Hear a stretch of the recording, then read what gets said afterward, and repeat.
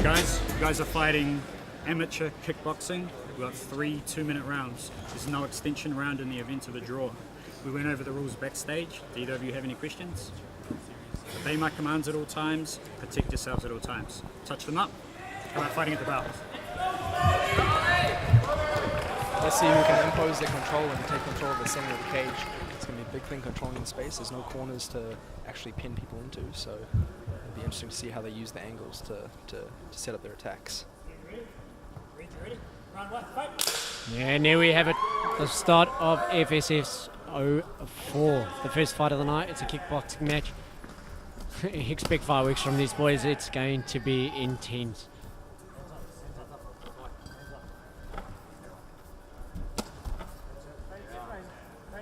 Nice feeling out process from these boys to start off with. You're just going to sort of see them go a little bit back and forward and start to find their holes.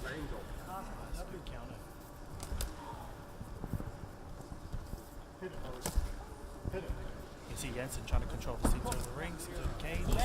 Ollie's trying to work.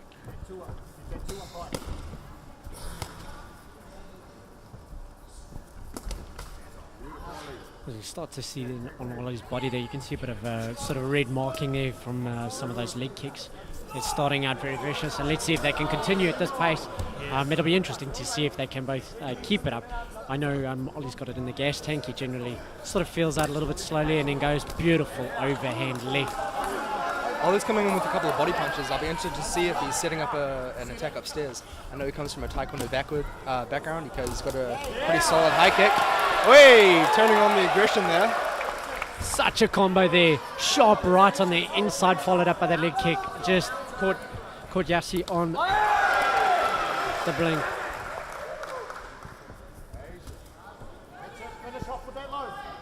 Both these guys looking really sharp. What I'm excited for is it finally, you know, we now see that Ollie's got an opponent that's really going to give him a good run for his money tonight, you know.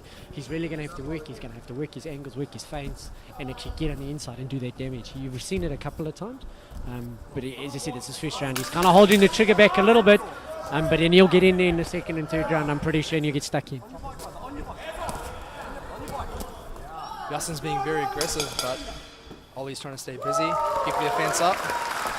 Good round one. Very hard to tell who to give that to. Both fighters got off a lot of offense. Auckland's North Shore. Seen a lot of really good results with all the Shuriken guys. And here they come out for round number 2. Again, YASSIN taking control of the center of the octagon. Ollie's pouring that lead leg out, trying to find his range. Jabs to the body again. John, at this stage, you know, kind of when you had the halftime chat with both of these corners, what would you be telling each of these fighters to kind of look at in between? You know, Ollie's, you know, got a specific set. You maybe use those legs a bit more. You know, what would YASSIN's corner have kind of told him? You know, do the same thing or continue try something different. I think for YASSIN, I think what they obviously he's come out a little bit less aggressive this round. He's waiting. They obviously, being the shorter fighter, a little bit more, I guess, a little more solid in build. Waiting for Ollie to throw and to counter. You know, catch Ollie off guard, off balance. And that's where you can make up for the range. Yeah, unfortunate incident there, getting caught in a cup. It's one of those hazards of the sport. It's not something that's going to go away, but as tough as nails, just kind of took it one step and decided to carry on. Ollie's doing a really good job of changing the levels as well. You see, he's not just going for the head, he's setting it up with the body, and then as YASSIN drops his hands to cover up his ribs and his kidneys, Ollie's coming upstairs with the left hook. It seems like he's trying to chain a right kick off that, get a bit of rotation in to get the power. Very nice. So you see the left hook and the right kick again. Nice. He's cutting up those legs. YASSIN's doing well though. He's not shrinking back. He's throwing back. The only thing that Ollie's doing that I'm not happy about is his hands are a little lower than what I'd like. You know, you see he's getting caught a couple of times up top, especially when he's going for those body shots. YASSIN's hunting for that head, and only he is catching him. Oh, vicious! That's a hard body kick.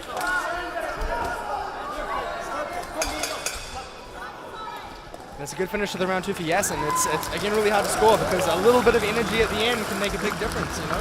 But the trainers go a long way towards the skill of the fighter. It's one thing to have a natural athlete, but to hone those skills is something completely different. You know, these trainers believe in their fighters, you know, it's up to these fighters to believe in themselves. Last round, as they're about to come out. You could argue that one fighter has one round each, Johnny, so do you think it'll come down to this one to decide who gets the win? Yes, definitely. I think it'll come down to this round. At the moment, the playing fields are even. Let's see how it plays out.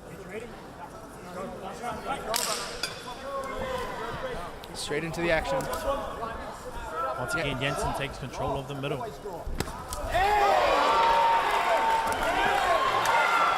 Ollie with the spinning back kick.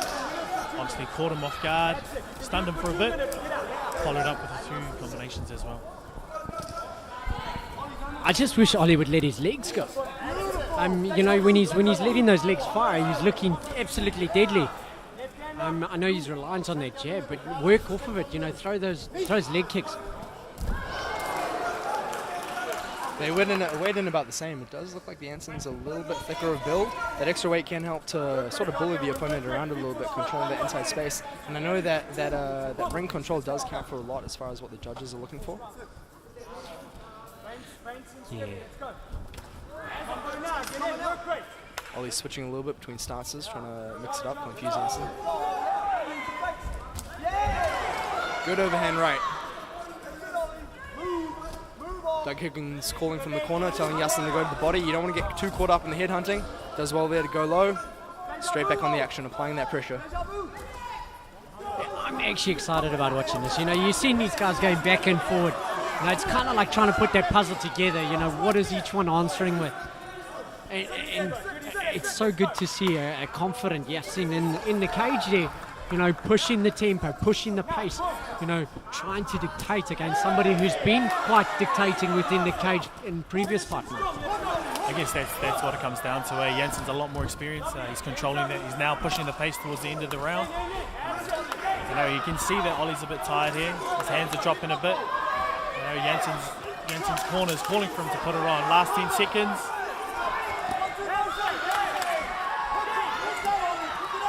All I can say is both fighters have left it in the cage. And look at that. Both of them are tired.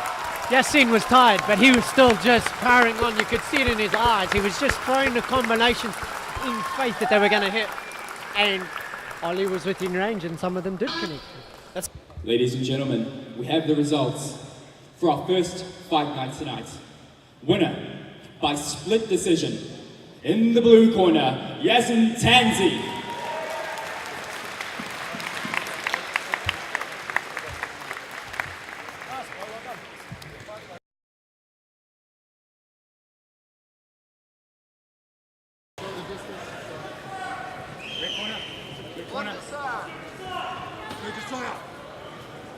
Right, you guys are fighting three-minute rounds for the amateur MMA. There's no extension round in the event of a draw. We went over the rules backstage. Do either of you have any questions? Obey my commands at all times. Protect yourselves at all times. Touch them up. Come out fighting at the bell.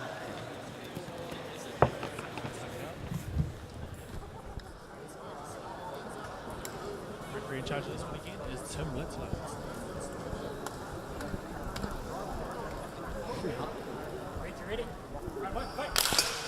And there we go, we have our first novice MMA fight for the night between Joshua Bigelow and Josiah Tan. Man, I'm looking forward to this. These guys are both exciting fighters. Expect some flashy stuff and expect some high pace. It's a nice sidekick. Joshua Bigelow, obviously coming from that karate background, he's going to have a few interesting looks. And there we have a switch left hand, going from the southpaw stance, firing it straight down the middle. Just caught Josiah sleeping. He seems like he's not too hurt. And there you see that athleticism, right? He messes up a technique, but he's able to scramble out, fair distance, get back to what he knows. And for any youngsters out there, this is a lesson in straight down the line. Did you see that? He's caught him twice, coming straight down the line. And yeah, sure, those round punches might look great, but straight down the line, it works every single time. Josiah establishes top control. He's got a hand around his neck, but I don't think he's a lot of danger. He doesn't have his hands connected. Josiah should be able to pop that out. You can see Billigot looking to link his hands. You see him trying to get under the thing, and it's a bit hard with these gloves. You know, they're big, cumbersome. You might as well be using boxing gloves, to be honest with you. If they were the sort of the amateur gloves, which are a little bit thinner, I think he might have had a chance. But now it's going to be good to see how he uses his ground game to get up from the bottom and start posing. Because if you look at the striking game, Josiah Tan is having. I think the control on the ground counts a lot more in the novice MMA. Obviously, you're not allowed to strike to the face, so guys can be a little bit more conservative. It also limits the offense in the top. Obviously, you're safer from the bottom, but I think the judges tend to look a little bit more at the control. What do you think about that, Johnny? Also look at, it's not only the control, but also looking at the activity. I mean, Josiah Tan can sit in this position. Oh wait, Josiah Tan is now locked on a triangle. All he needs to do now is cut the angle. He's a bit cut off by the cage, so he needs to create some space so he can cut the angle a little bit more. He's scooping that leg. He's going to try and bump Josiah over, break the posture. Josiah's doing the right thing, trying to posture, trying to stand up, lift him. To be, and for me, when I'm looking at this, he should be trying to look at linking that arm under his arm and try and crank it. You know, he's got beautiful exposure there. Once the legs are linked, which they are, he can start to try and do like a modified arm bar and actually crank it. You know, if this was amateur or pro, you know, you'd be able to strike to the face from here, which is not a good position for your opponent. But obviously, being novice, that ability is taken away. So start working on those submissions. Crank it, break it, try and put the arm in a position where you actually make it really uncomfortable for him, or try and get the choke on. Nice and tight. He's got a bit of blood coming out of his nose. Joshua Billigot going for the armbar now. It doesn't look like he's got the arm lined up. If he wants to go for the triangle, he has to get to the other side. He has to line himself up with his own shin that's across the back of the neck. The arm, I don't know, he needs to have the thumb pointing away from his chest, and it's just not quite there. And there you see, Josiah survives the end of the round. Go out there, have some fun and do what you've been doing. You know, I wouldn't go so far as to say Josiah got schooled, you know. He got caught by a flurry. He did well. Obviously, Joshua did really well off his back, capitalizing on that triangle opportunity. You're right, Grant. I don't really know what you would say. I think that round went pretty much as Joshua thought, aside from the ability to finish the triangle. The guys from Auckland MMA might be telling Josiah just to maybe try establish the top position again and just stay aware, you know. Joshua is obviously a very good striker, super athletic, but I mean, that being said, Josiah Tan's coming in with some heat, you know. He's throwing those hands, he's got bad intentions. We'll see how this round plays out. We'll see which one can implement the advice from their corner and come out on top. Joshua looks to spin there.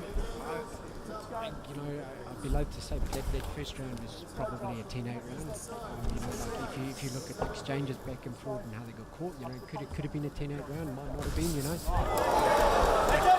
That's a good left hand there from Josiah Billigot. I think that's the second time he's caught him with it. Yeah. He's just switching that stance and he's firing it right down the middle. It's a good shot. He's got the arm in. It's hard to finish again. Like you say, Grant, it's hard to finish with the gloves. And with those gloves, you know, unfortunately it limits it. You see his head sneaking out, there it goes, it pops out again. You know, you just can't get tight enough. You've got to understand that that's going to happen. Don't tire out your arms, work for something else. See, he's gone straight back to that triangle like he's did before. He had some good success with it and probably going to go back to try and attack that arm. I would. What I do notice, though, is the cage is obviously right behind him, and it's kind of blocking his way to get to that angle. So what does Joshua have to do? You know, Johnny, do you think he needs to come away from the cage before he starts to finish the triangle? Yeah, I think his corner needs to make him aware of where he actually is positioned in this cage right now. He needs to move his, kind of walk back a bit, create some space between himself and the cage, and then start working that triangle. He's locked it on really tight. The same control as what he had before. I guess if nothing happens from this, Tim Litton might have to stand him up. Yeah, and you can see Joshua's doing everything. He's scooting away from the cage, he's making moves to get him around. He's got it right in there. And if you have a look at Josiah Tan, he's done the right thing. He's tucked that arm far in. He's going for an over. Joshua's switching to the omoplata. He's coming away. I mean, Josiah Tan, nice, slipped out. I mean, hard without the gi there, you know, the no gi is pretty slippery. That the omoplata is hard unless you've already broken down his posture. What Josiah Tan did really well is he maintained the posture the whole way through, so when the time comes to defend, he was able to. I don't know if that was the best option for Billigot there. I think he got too excited and switched to the omoplata. Omoplata is not the most successful no gi type of submission. I guess there's too many holes, you know. You got to rely on the sweep factor that these guys can slide out with. I think he had a better position with the triangle control. I guess now he has to work hard off his back. Josiah Tan's going to capitalise and make him pay for it. The one thing that Billigot's got in his favour there is he's got the cage to his back. If he's good, experienced on the ground, he'll start making a little bit of distance, start scooting his hips towards the cage and try and get up. I mean, that cage, sorry to drop ground, that cage is something of a double-edged sword, you know. You are completely right. Joshua Billigot can use it to stand up. But Josiah Tan, what I've seen from those Auckland MMA guys is they're fantastic at keeping the pressure over, so the guys actually aren't able to get up and use the cage as a post. They make it a bit hard to finish, but it's great friction for maintaining the control. And here they come out for round number 3. Billigot, no, sorry, not Billigot, Tan, sorry, taking the center of the ring. Billigot circling out. He's trying to circle to his right, trying to get that angle. Be interested to see if he's going to try that switch again and try that left hand down the middle.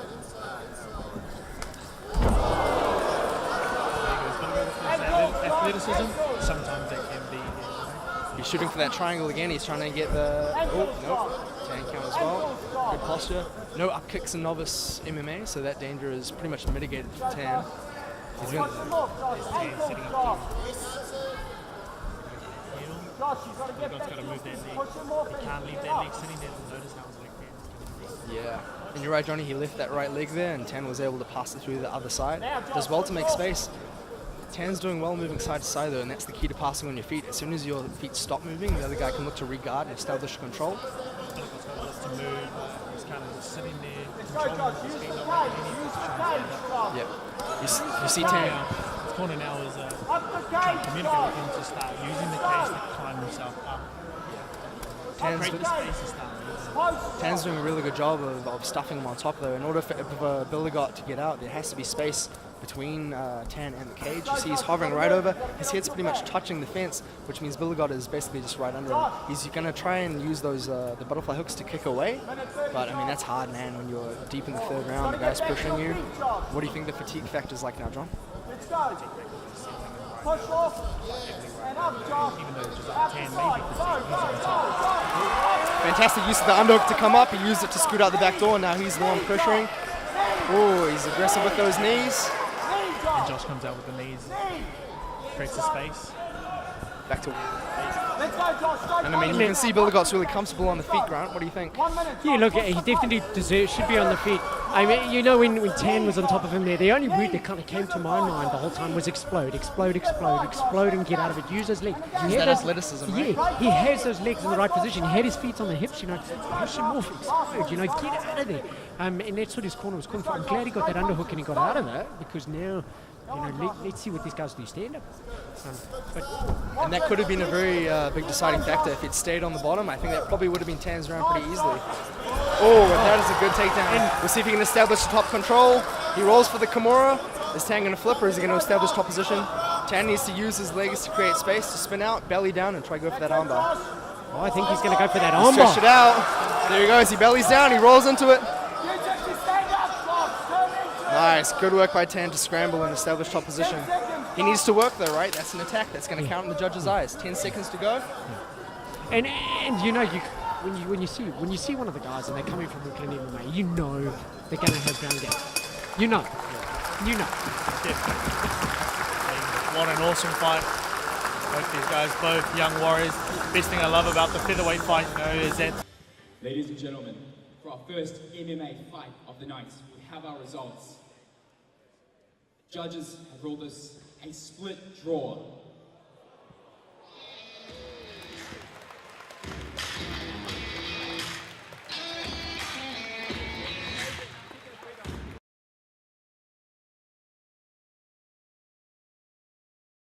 Alright guys, we're fighting three-minute rounds of amateur MMA.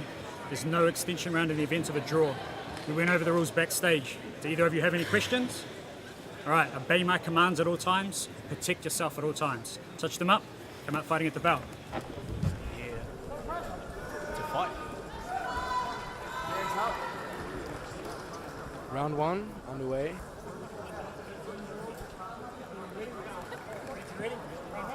I know I am certainly ready. Hell yeah, and so am I.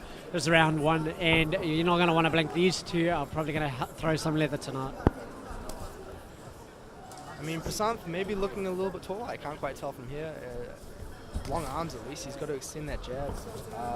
Aaron coming from a kickboxing background, I'm sure he's going to have a better chance on the feet. Prasant probably looking to change levels and blast that double as Aaron throws that low kick. Yeah, let's call it what it is. This is MMA versus kickboxing. You know, if you're an MMA specialist, you'd be going, right, I'm actually just going to take him down. You know, look for my opening, take him down, get him to the ground and really test him, see if he's got a ground game. Because 9 out of 10 times, if you put somebody in the depth, you see if they're going to swim or not. Aaron's landed about 3 hard low kicks, but Prasant comes back with a good knee.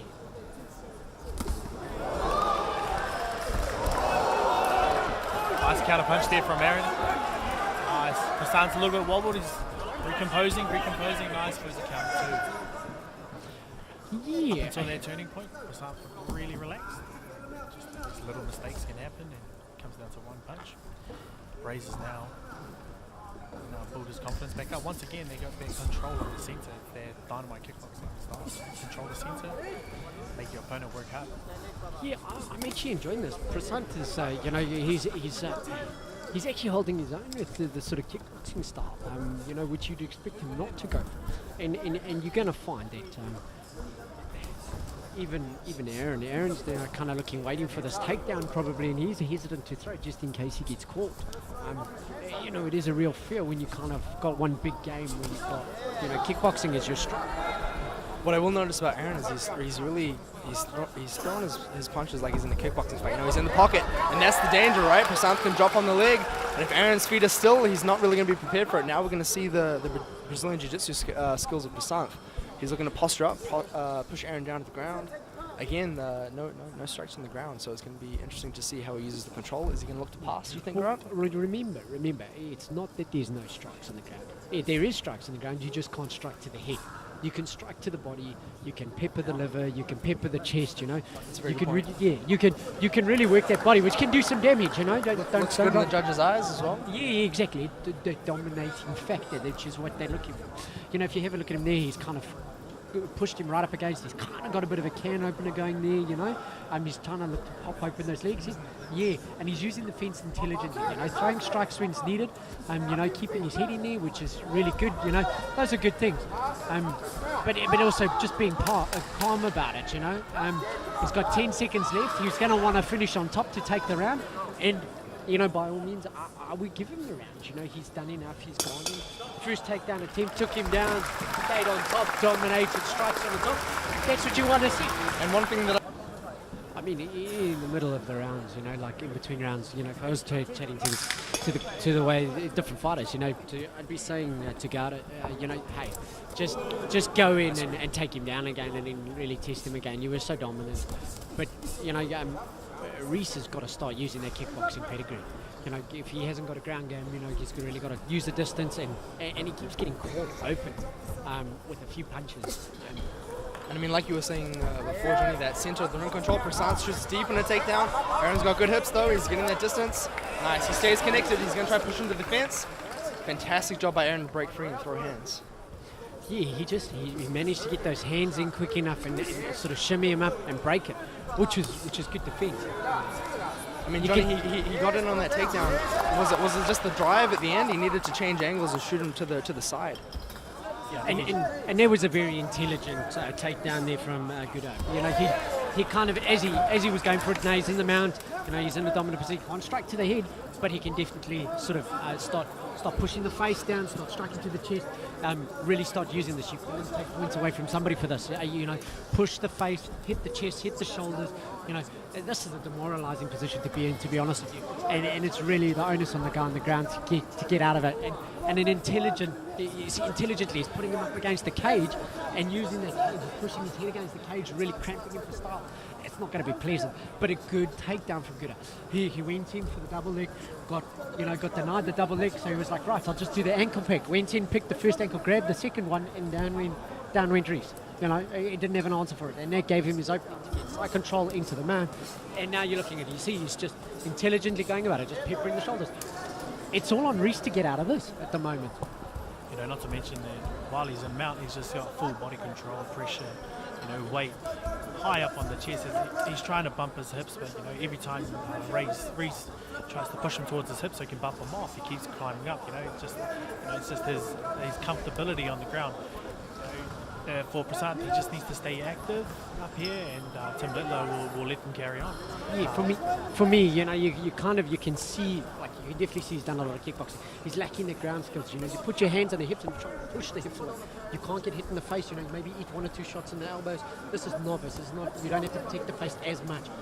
Get your hands on those hips. Oh, Prasad is shooting for that mounted triangle. He's got his legs together. Those long limbs doing well. He's going to try to get the elbow across the body, push the elbow into the chest. Nice. Cut the angle. We'll see if he gives up position to finish or if he tries to get the arm from there. He's wrapping that arm up.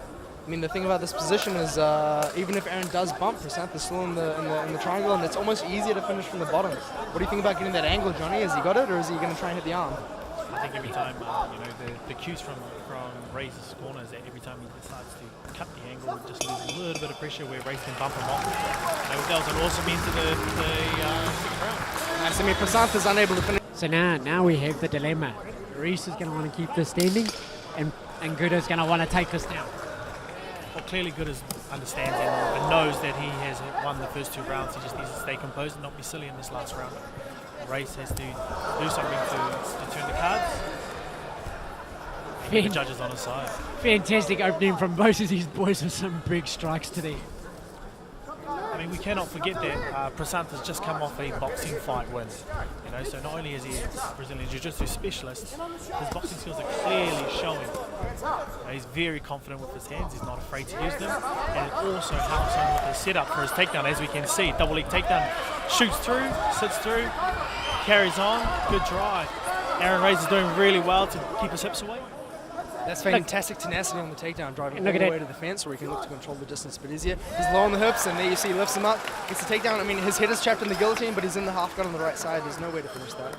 Exactly, and they drive. It's nasty. He kept the hands linked once he got into the cage, and now worked for it. Nice, good use of Aaron REIS to create distance. See if he looks to stand up here. Yeah, REIS just has to be careful about those up strikes in that position there. If you catch anywhere near the face, get it in the neck or anything, that'll be almost points taken away, if not a DQ. And he established his mount again. That's really good control from Yasin. I'm very impressed by him. He looks pretty calm, And that's what kind of got me the first time I watched him. Oh, he's shooting for the armbar. That's deep. And raises as well, but he's still got the angle. See if he can finish it. He needs to keep that hand tight to his chest. Raise his hips. It looks like the elbow might be a little bit shallow. Elbow's just a little bit too far. But how does he go from there? Does he switch to a triangle after that and then go from there? He's going to go. Yep, he's gone straight back for that triangle. Let's see. Back to the arm. Now, for me, what I'd be looking for, if I'm going to go for that armbar, I look to tuck the arm under the elbow in the armpit and actually crank it from there myself. Prasad looking for us for advice. Don't look at me, dude. Look at your opponent. Finish him is my advice. He's controlling under the leg. He's looking to get that angle. You see, that's good for the triangle. He's trying to look for that angle, but obviously Aaron REIS has got a bit of his upper body stuck in there, helping to create that space. Is that the wrong angle as well? I can't quite see which leg is over the arm. No, he's got it right. It's on the right angle. He's lining that arm up as well, so if he wants to take the arm, he can. You see he's going to the snare arm, looking for the Kimura. Aaron REIS, man, these dynamite kickboxing guys are just so tough. Aaron REIS needs to stay in tight. Don't let him have that space. Don't let him have that leverage in his hips where you can control him. Notice how Prasad keeps trying to shuffle away from him to create that space so he can create that leverage within his hips. Do you think Prasad is going to be able to get it, or do you think he should look to stand up and... Oh, there he goes. Man, that's incredible. This kid is so present, He's not flustered, he's not stressed by the bright lights, he's here, he's calm, he's collected, he's clinical. I mean, his little comment towards us just shows how confident he actually is. No, dude, this kid's fantastic. He's fighting a world-class athlete, and he's having a little joke with us. I mean, awesome fight. I'm super impressed by this kid, dude. I mean, if you look... Ladies and gentlemen, you have our results. Winner by unanimous decision in the red corner, Prasad Guda.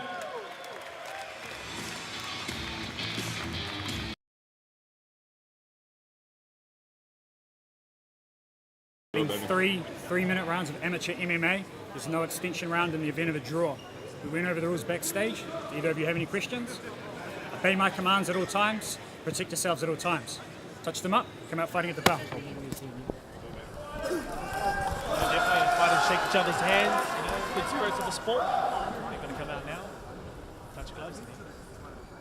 All right. Ready? Round one, fight. Koss immediately taking the center of the octagon. We'll see how Alex Robbie responds. He's circling. He needs to circle to his right now. Take the center of the cage. Alex's hands are pretty low. Let's keep them up. They switch control. Alex now is in the middle. Close on the outside. I mean, if you have a look at the two fighters, then that's fine. You've got to have a look at the size. You know, Alex is a lot taller fighter, you know. He's probably got a little bit more reach, you know. Is he going to use that reach? Is he going to use that leg strength, you know? And obviously Koss, you know, he's a shorter fighter, so he'd be looking for that bowling overhand, you know. You know, to try and catch Alex sleeping, you know, and see if he catches him. And that's the dynamic of the fight, you know. Who's got a better ground game, you know. This is going to be tested now. You can see them grappling. And that's a very good scramble from Alex McRobbie. We'll see what Koss can do with this head control here. Is he going to sprawl out? Nice, good posture, and we're back to the feet. And good ears from Alex McRobbie there. He listened to his corner, said get up, and then straight away he responded. You know, that's good when you can hear your corner that clearly that you're wanting to go with. Good right hand by Alex McRobbie. Circling to the right as well, away from Koss's power hand. Very smart. Good jab. That's the second time his kick's been caught.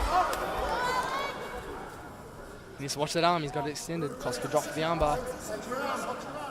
Alex needs to stay tight here. Try to get belly down. Try to stand up. Don't concede the bottom position. This isn't jiu-jitsu. This is MMA. You don't want to be on the bottom. Even if you're attacking, it looks bad in the judge's eyes. Yeah, and you've got to remember, these guys are both 90 kgs. You know, they would have weighed in last night. They would have probably put on, you know, 3, 4, 5 kgs overnight. You know how tight is he? He's looking pretty tight. And we've still got to remember that this is novice. Eh? So you've got to be careful on the strikes there. And I'm pretty sure Alex caught a couple of strikes to the face there in that exchange. But you've got to wait for the ref to do it, and the ref's got to call it. You know, I guess it depends on the intention. You know, Koss went for the strike. Alex was shrimping at the same time, so, you know, accidental facial shots there. Alex working well, using the cage very well, listening to his corner. He is under the guidance of Paulo Soriso. He is the president of IBJJF in New Zealand. Now, Koss has taken him down again, using cage control. Alex needs to relax, remain calm, and just listen to what Paulo has to say to him. And Koss did really well circling to his right there. He was behind Alex. Alex committed to one side. Koss circled and basically took Alex's legs out from under him. You see here, Koss has established the right underhook, and that's going to be the big thing. Alex wants to scoot out to the left side. You see he's looking to pry out the face. He's wanting to create distance. Koss just needs to stay nice and heavy. Again, like you said, Johnny, Alex is using the cage well. He's trying to get his back to the cage, circle up. But I mean, that's hard, man. 90 kgs on top of you, bearing down, throwing shots. Yeah, but it's also, you have a look at the position that Alex is in. It's not the best of positions to be caught up against the caging, you know, kind of splitting your legs that way, you know, the weight's in there. Mix it up. What I'd like to see is, I think this round, Alex has to ditch the leg kicks. I think hands are a little bit safer. Hands are safer. He's got a longer reach. He's more dominant. You know, let the hands go. And work from there. You know, his head is. You see, if you have a look at Koss's hands, that one hand's low. That's where he's throwing that leg kick. You know, throw the hands and only throw the high kick. You know, throw it into the body, throw it to the head. I mean, that's what you want to be doing. That's what I think is probably his key. I think the danger is sometimes fighters can fall in love with their success. You know, they learn the low kick once, and then they think that it's just like a well they can keep going back to. But guys read it. You know, after the third and fourth kick, they know it's coming. They can look to catch, and we've seen that tonight. Alex has thrown it a few times, had success, but eventually Koss started catching it. And like you say, Alex is working the hands a lot more. He's not throwing those legs. Well, I've watched him do a couple of kickboxing fights. And he gets caught with a double leg there, you know, just opening himself up wide to it. But he's got to scramble. He's got to scramble to make it dirty. Koss shot him with the double leg takedown there. Move straight into side control, staying heavy, keep applying pressure. Listening to his corner very well. Transitions to the mount. That's good escape by Alex. Alex needs to get to his feet now. Very nice scramble there. He's back. Establishes center control. He's going to look to push Koss back. And the one thing about these bigger guys, we've seen a lot of lighter fights, the war of attrition is a big thing, right? These guys get tired. The cage is there to defend the takedown for Alex. He's sprawling down. We see Koss has got a good grip around the legs. Alex Alex doing very well with his hips, keeping it playing his hips heavy. Keep his hips away, hips nice and high.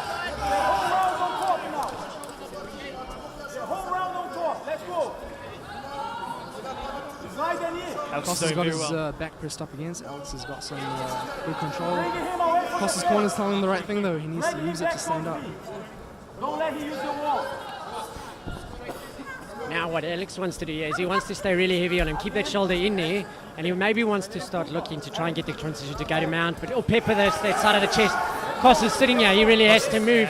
Alex just wants to lean in, keep heavy, keep him pushed up against the cage and actually control him and dominate him. Costa's trying to set up the Kimura. He's got the Kimura grip here. Alex wants to probably defend there, but Costa's got it. He's got it pretty tight. You see Alex is hiding the hand in his hip though. That's the right defense. He needs to stay heavy. But Costa's tight on it, man. That grip is set. Alex gets the posture, which is good. Throwing some shots.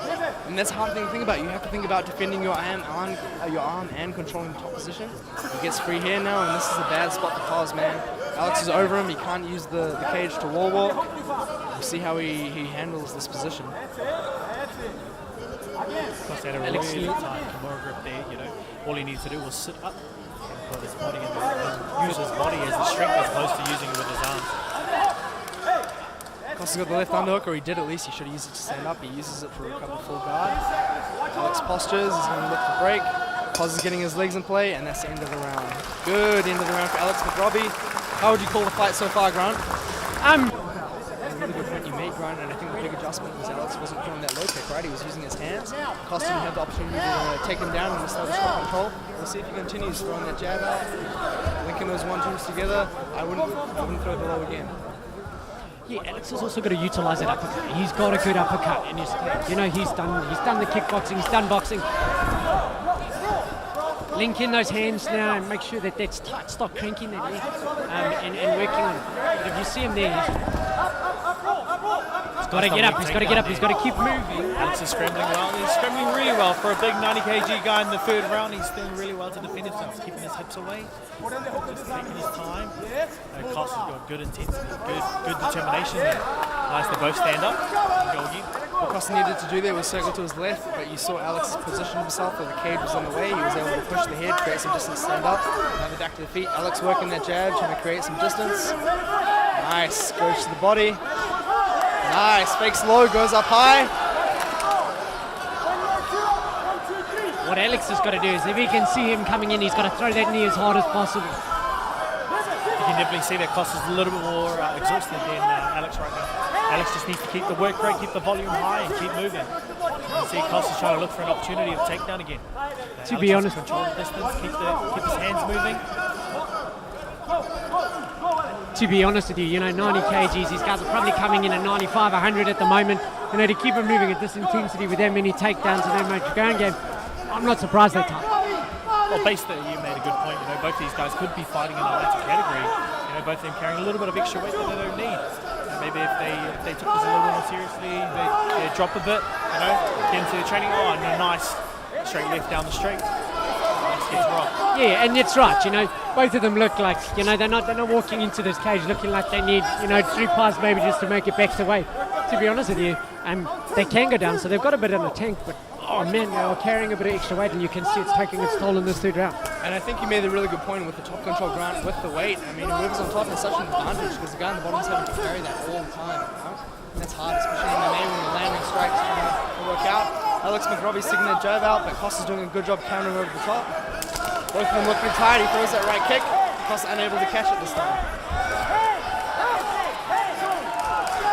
Give him a bit of a backhand there. Where's my money? And you kind of got to look at it. Oh, goes in for the double. Alex should just sprawl as hard as possible. Very well, trying to keep his hips away. Nice, hips nice and heavy on the back of the head. Stands up, doesn't want to muck around on the ground.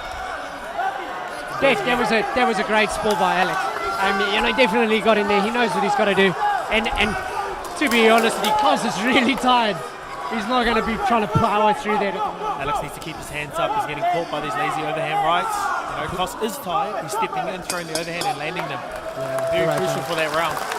Can I just say, for two guys who are coming in with not a lot of big show experience, both of them really came. Ladies and gentlemen, we have our results by unanimous decision. In the red corner, Alex McRobbie. Jason, you have to bring out the all-round skills there a bit. Yeah, man, it was his first fight, eh? So you never know what to expect when you get in the cage. It was, of course, his first fight, so good on him. I think it was an evenly matched fight, so it was brilliant. Yeah.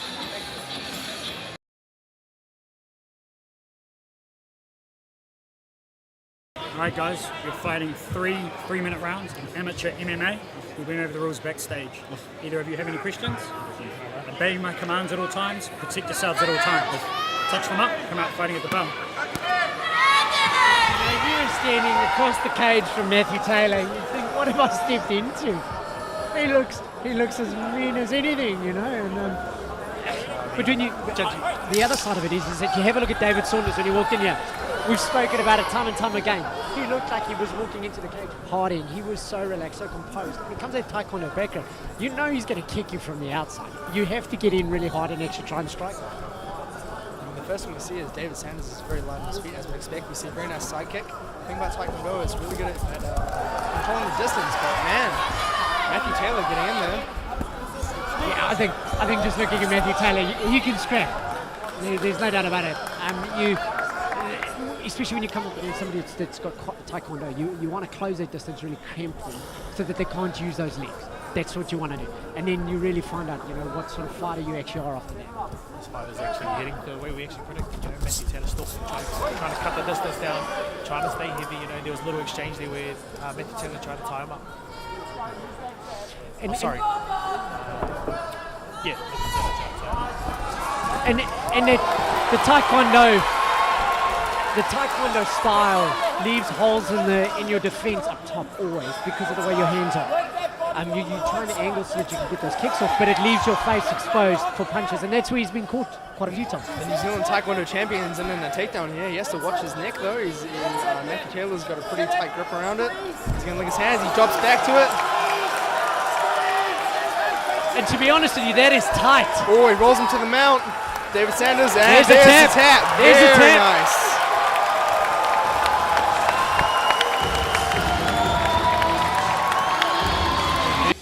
Ladies and gentlemen, 1 minute 30 in the first round.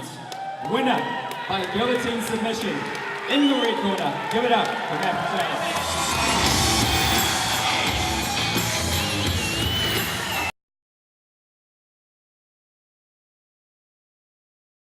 Hey guys, you guys know the rules. 3 by 3 minute rounds. Have a clean fight. Obey my commands at all time. Good luck. So I know one of the things we will see now, Grant, is there will be a heavy emphasis on top control now that the strikes to the face are allowed on the ground. Yeah, and that's what shifts us up, smaller gloves, the punches hurt a little bit more. What always excites me is when I see somebody come from a karate background stepping into the cage, there's definitely a different presence when somebody's got that karate base and background to their striking.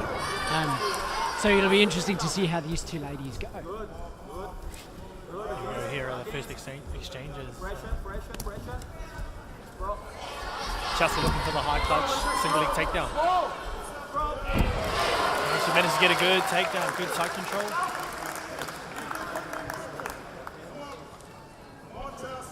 Now it's going to be interesting. You've got to remember that both of these fighters, they haven't even got sweaty yet. So now everything's sticking. So it's going to be like, you have to wait for that sweat to build. So trying to slip out of things and trying to get out of position is a lot harder at this point of the fight. Louisa should look for that left underhook, look to use it to get to the fence, and use the cage to stand up. Good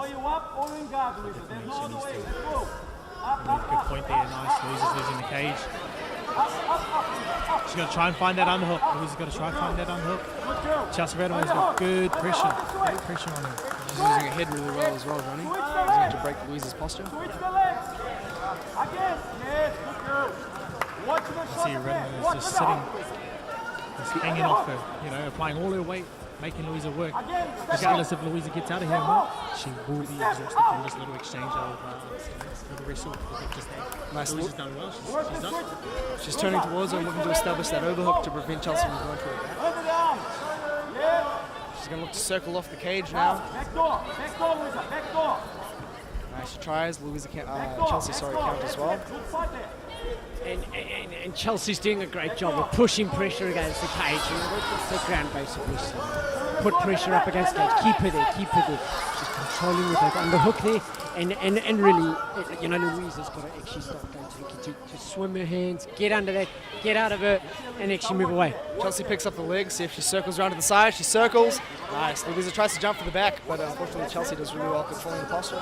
Louisa has no choice but to concede the bottom position. Let's see what she does from guard. Yeah, and you don't, and especially now that this is the amateur, you know, striking to the face is illegal, especially in this kind of position. So you don't really want to be sitting there too long. So Louisa's climbing the guard up nice and high, staying aggressive, looking to establish triangles and arm bars. Just keep Chelsea guessing. The moment Chelsea establishes the position, so you can look to strike, right? But you'll see Louisa's shifting her hips. She's trying to get an angle. You'll see how the picture of Chelsea counters that.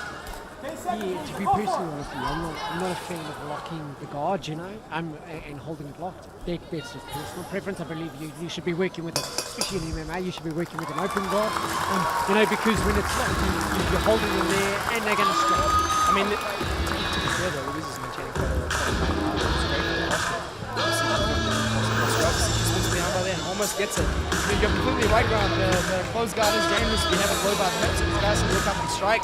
Louisa's climbing it up. So they're not looking for those submissions. You shouldn't be giving your opponent those opportunities to look for that submission. And that's the only way you do that is to use strikes.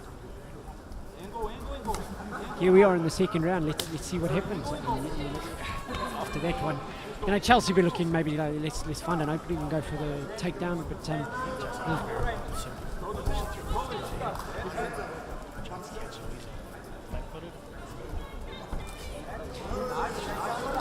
in full reason, you know, you've got to start relying on their karate background and going and just walking in and you know, striking as hard as you can. Stop that jab going, but none of them, nothing is sitting. No, with no intention to hit. She needs to believe in herself and just sit on some of those punches. See Chelsea's catching on the counter. She's kind of sitting down. Louisa maybe looking to use the first few strikes to set up. Chelsea seems to just be taking it and firing back. She's got her pressed up against the cage now. She's got a collar tie and an underhook. Just to break control. She's going to look to circle around the back. Louisa's biting down pretty hard on the elbows. Chelsea's got that good control though. She's driving out. She's got a lower head position, so she's able to drop it.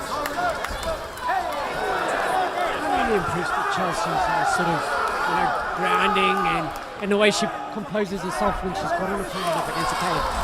I don't see a lot of guys doing it that well, to be honest with you. Nice, awesome exchange of hands here, both back and forth, you know. Louisa's managed to catch a few, land, sit on a few, believe in herself, you know. She's just stepped in, overdid it, and Chelsea shot the double leg takedown. I think you're right, Johnny. As soon as the threat of the takedown is there, you have to be a bit more careful with committing your shots. You see, Louisa's again got the guard up high. She's shooting for the armbar. See if she looks to invert and belly down. Chelsea's maintaining good posture though, but Louisa's still got that lock over the head. She needs to use that right leg to bite down on her head and control the posture. She does it there. She's going to look to listen to her coaches. The coach is encouraging her to go belly down. She's listening. She's doing very well. Establishes top control. Nice. Good work. We'll see what Chelsea can do to scramble here. Good control. Louisa's going to look to establish that right underhook. Looks like Chelsea's got it. She can look that to scoot out. You see Paulo shouting out there. Establish that right underhook. Right now, at this point of the fight, this is the first time Louisa's been on top. You know, now Chelsea has to prove, you know, what is her ground game up to? You know, can she survive this? You can see Louisa's definitely geared to striking on the ground. You can see how many strikes she's landed. She's quite comfortable to sit in the side control and just hammer away, and that's what it should be. I mean, that's what MMA is about. You know, get out of these positions. And Louisa's been really heavy.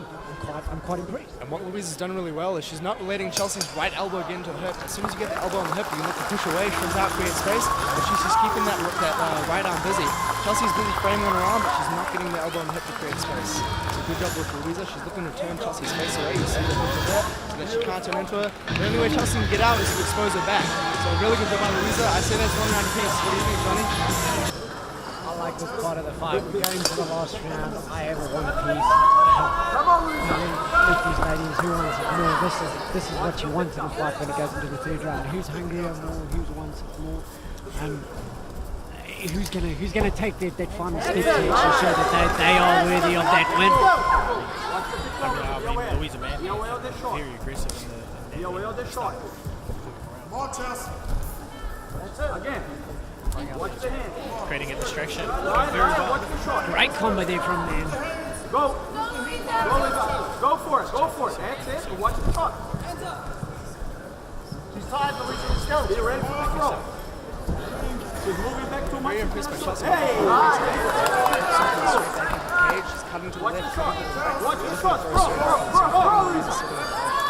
And you can just see Chelsea's batting looking for that opportunity to change the direction and shoot it for the takedown. Against the fence. Up. Against the fence. Raise up. Arm up. Arm over the head. Arm over the head. Back door. Back door. Go. Back door. He's opposing not conceding the bottom position, which is great. And that's going to be the major deciding factor. She's going to go to the fence and look to peel Chelsea off the back. See, she's circling to her right. Very nice. Establishes the underhook. This is a much better defensive position for her. She's going to look to circle out to her right, get out free. You see there, she's off the cage. We see Louise's corner shouting to go out the back door. She tries there. Very nice throwing. Great establishment of top position straight away. We see Chelsea's got that right underhook though, which she looks to go to the back. She's scooting out. Louise adjusts well. And you heard Pass half guard, Louise. Half guard.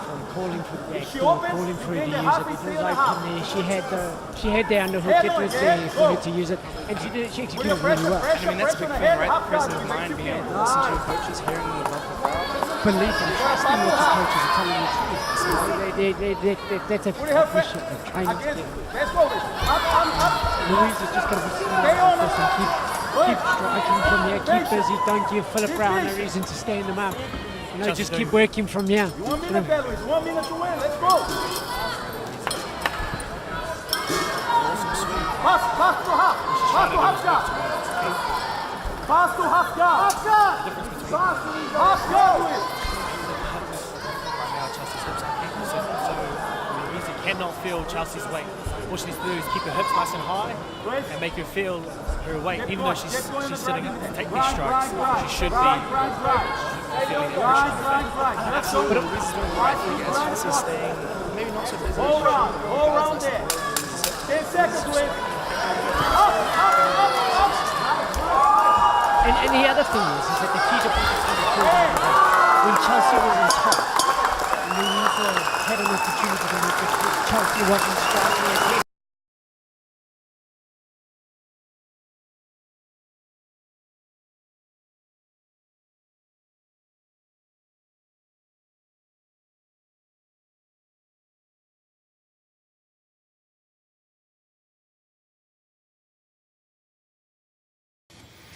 For the 6th round tonight, we have our results.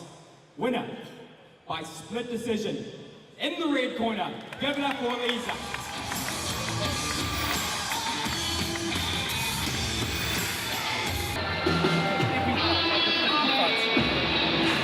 Another win on the card. Yeah, man, it was a good result. And to be honest with you, I'm loving the matches. All of them. Good 3-round matches and good rounds for the girls. Lovely to get the girls on the card. Hopefully build up the ladies divisions in New Zealand. So very happy. Thanks, son.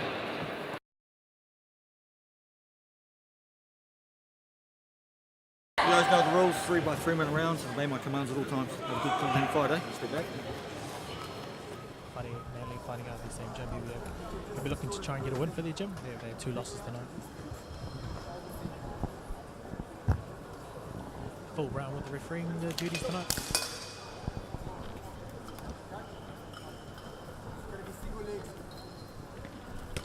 Nice outside low kick. See Fade coming out in the southpaw stance. He's going to look to get his right foot outside of the left foot of Yuma Devana and try and fire that left hand straight down the pipe. See he's circling to his right as well, away from the power hand. Ewan is going to look to circle to his left. It's really a matter of who can establish that that momentum in that direction who's going to win the fight. At least in the stand-up. I mean, if you look at both stances, you know, you've Manly, nice and low centre of gravity, really going activating fast pushing muscle fibers. You got Devana, very tall. It'll be a lot easier for Manly to kick him off his feet, as you saw witness a little bit earlier. He almost whipped him. Nice. Had him backed up against the cage there, just looking to set up the strikes, not too keen on clinching up just yet. Maybe looking at finding the distance, see how he does on the feet, and then adjust the strategy from there.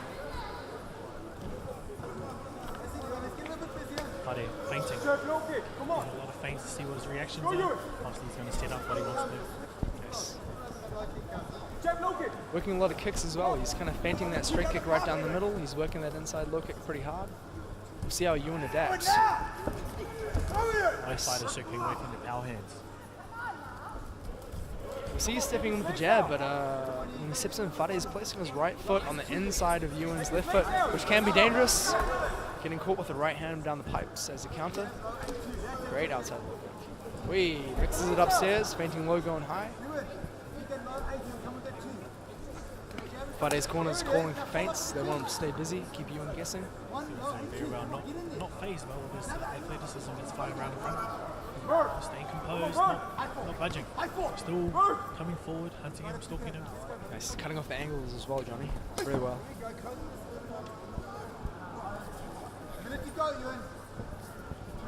Nice, and both fighters are going to look to open up that rear kick. That is the power leg, and when you have the two opposite stances, it's the livers are exposed. Oh, not the livers, sorry, but the side of the bodies are exposed for both fighters. Even Levine, very relaxed, very calm.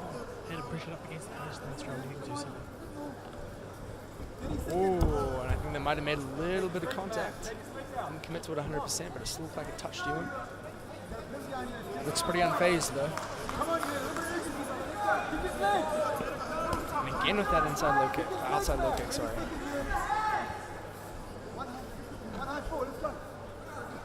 And we're really going to see how those take effects in the later round. As soon as you take out that front leg, it's hard to shoot takedowns. It's hard to put your weight into punches.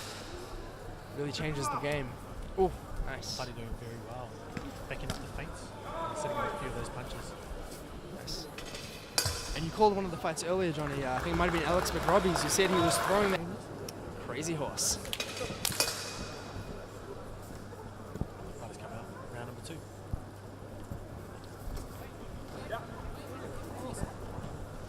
I guess the interesting thing watching the sort of that first round was if you have a look at it, Ewan just needs to learn to shoot straight down the line.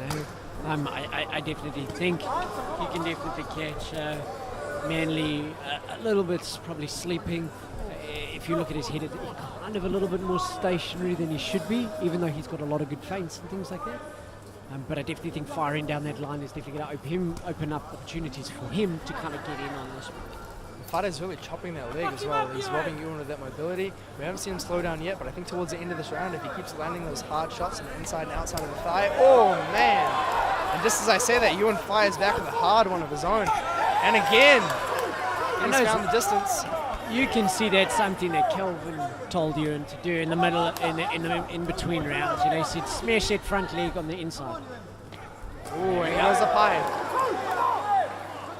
Talk about setting up the legs with the hands, Johnny, but also setting up the different distance and the different heights of the kick. You can't just throw upstairs, you have to set up low, and we saw Ewan doing that. He goes low twice, and then he flicks it up high as Fade's hands drop to defend. And just as an observation, after those 3 powerful kicks, look at the distance that Fade's keeping away from Ewan now. Have a look at the distance that he's keeping away. He's not hitting him, he's clean, he's striking outside. He's a bit scared to get in. You see, he's just off of the pace. And that's what 3 powerful blows can do for you. I think Ewan's doing a better job of controlling the center as well. You see, he's making Fade circle around him. It's a very little thing, but I mean, you have to cover a lot more distance when you're working around, trying to escape those angles, trying to get your back away from the cage. Ewan pushes forward. Fade chopping low. We'll see if Ewan counters with those hands. I just want to see Ewan pull the trigger. I just get this feeling he's a little hesitant to pull that trigger a bit. Ewan's doing very well. Ewan's doing very well. Good pressure up against the cage. Trying to keep Fade there. Cut down his mobility. Sit on his power. You know. Fade obviously knows how much power Ewan has. A little bit more respect. Not enough.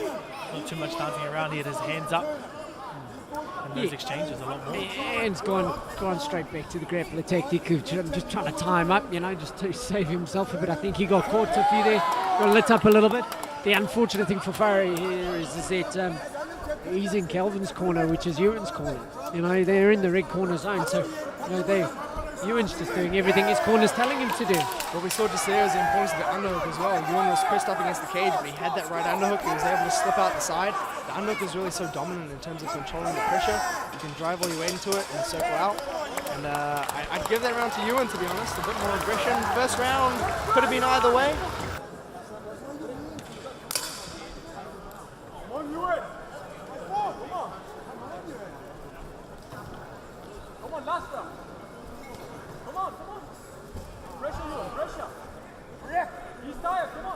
That's it. That's exactly what I want to see from you. Just those power, brutal kicks. Just establish himself like he did in the last round. You can hear Ewan's corner telling him to follow it up. I want that power kick with some hands. As I'm thinking, follows it up. The reason why Ewan's allowed to, why he's able to throw those kicks with such power is because he's getting his left foot on the outside of Fade's right foot, so he's opening up that angle, he's able to throw it in, he's not like overextending to hit the thigh, it's right there.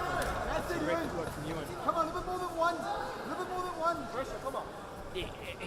And definitely in that second round, Ewan, you could see he had more success and he just went to town.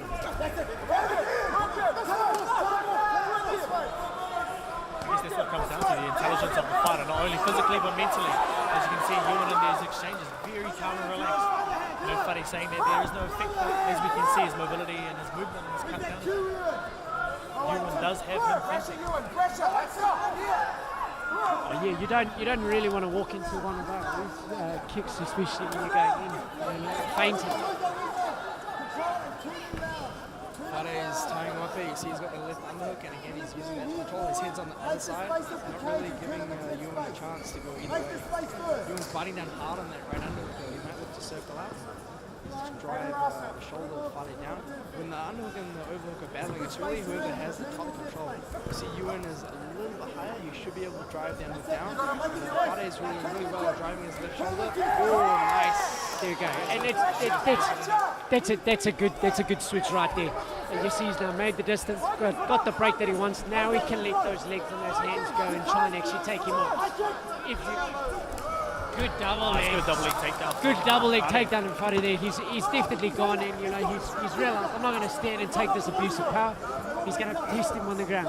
I have a feeling that Fadi's probably got an underrated ground game, and you're probably going to see something out of him where he's going to be able to hold him here. It is. You can see Ewan's activity on his hips on the ground, controlling the head, moving his hips. You can see he's trying to get one of those hands up, get the arms up. He's trying to shoot his hips up. Ice Buddy's coming up high with his hips, drives his hips in. All he needs to do is drive his hips in behind him, clear the leg. Perfect. Oh, he's got that leg wrapped up in his right arm. I wonder if he's going to go for the heel ankle lock. Nah, he wants to strike. He's doing a really good job of keeping the knees in Fade's chest and getting a little bit of distance. Fade's sticking to him like glue though. He's got control of the ankle. Good center from Ewan, last 10 seconds.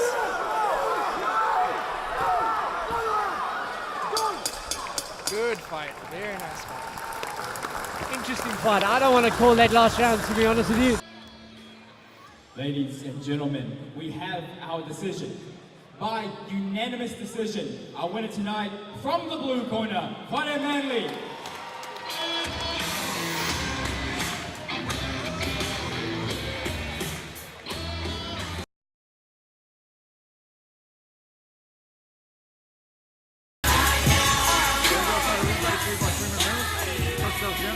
I love it. Look at that intensity. These boys are ready to go. I'm just going to say this, but I've watched Anthony Poaching fight the last couple of fight nights, and he is probably looking in the best shape that he's been in any of those fights, to be honest. I think Anthony knows that he was called out by this guy. A little bit more incentive. I love watching Anthony fight. You know, he always surprises me. He always brings something new to the game every single time that he fights. I mean, the first thing you notice is that southpaw most orthodox. Anthony's doing a good job circling to his left, making sure his left foot is on the outside of Sebastian. He's going to open up that right hand, it's going to open up his right kick. What are the options? Good kicks from both parties here. You just see that viciousness and Anthony possesses. He's not scared to get hit. He's not scared to go in and throw hard.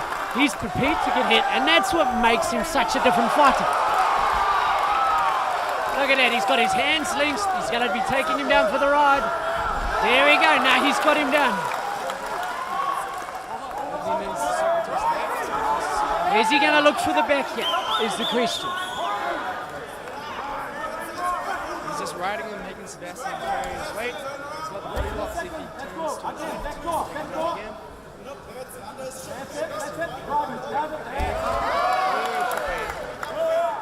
And even if he doesn't establish the position, he's making Sebastian work, carry his weight. That's going to tell him to go around. Well, I like it at this point, going for the takedown. As I said, you know, bodies are both dry. It's tougher to get out of things. The only thing you don't want to do is get caught in like a choke or something like that. So you just got to be aware of that when you're doing the takedown. Anthony doing very well to control him with his weight. Hips low. He's got the right underhook as well. Listening to his ground coach, Paulus Reset. And this is amateur MMA. Striking on the ground to the head is legal.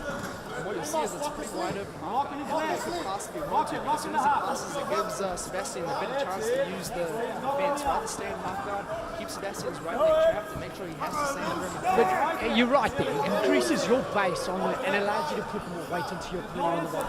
This is exactly what you want to do, and you just want to pick off the shot. 1 or 2, especially early in the first round. Exactly. At the end of Sebastian's on the ground. Try and get himself out of it. Anthony's facing closed. I like the way Sebastian's using that forearm in the throat, trying to make that space, make that distance, try and give himself stuff so that he can actually spread some of it. Sebastian maintains top position and does very well. Gets on top, back to the half guard, he's maintaining strikes, he gets a knee slice through. There is impressive floating. You know, when you talk about grappling and you talk about a fighter or another grappler floating over somebody while they roll underneath it. He did that so well. Anthony's doing really well controlling this. Last few seconds. Sebastian's doing well to defend himself. And she's going to try and finish it. Sebastian's got to survive. He's doing well. He locks him down. Awesome. Smart move by Anthony Poaching there. If you have a look at it.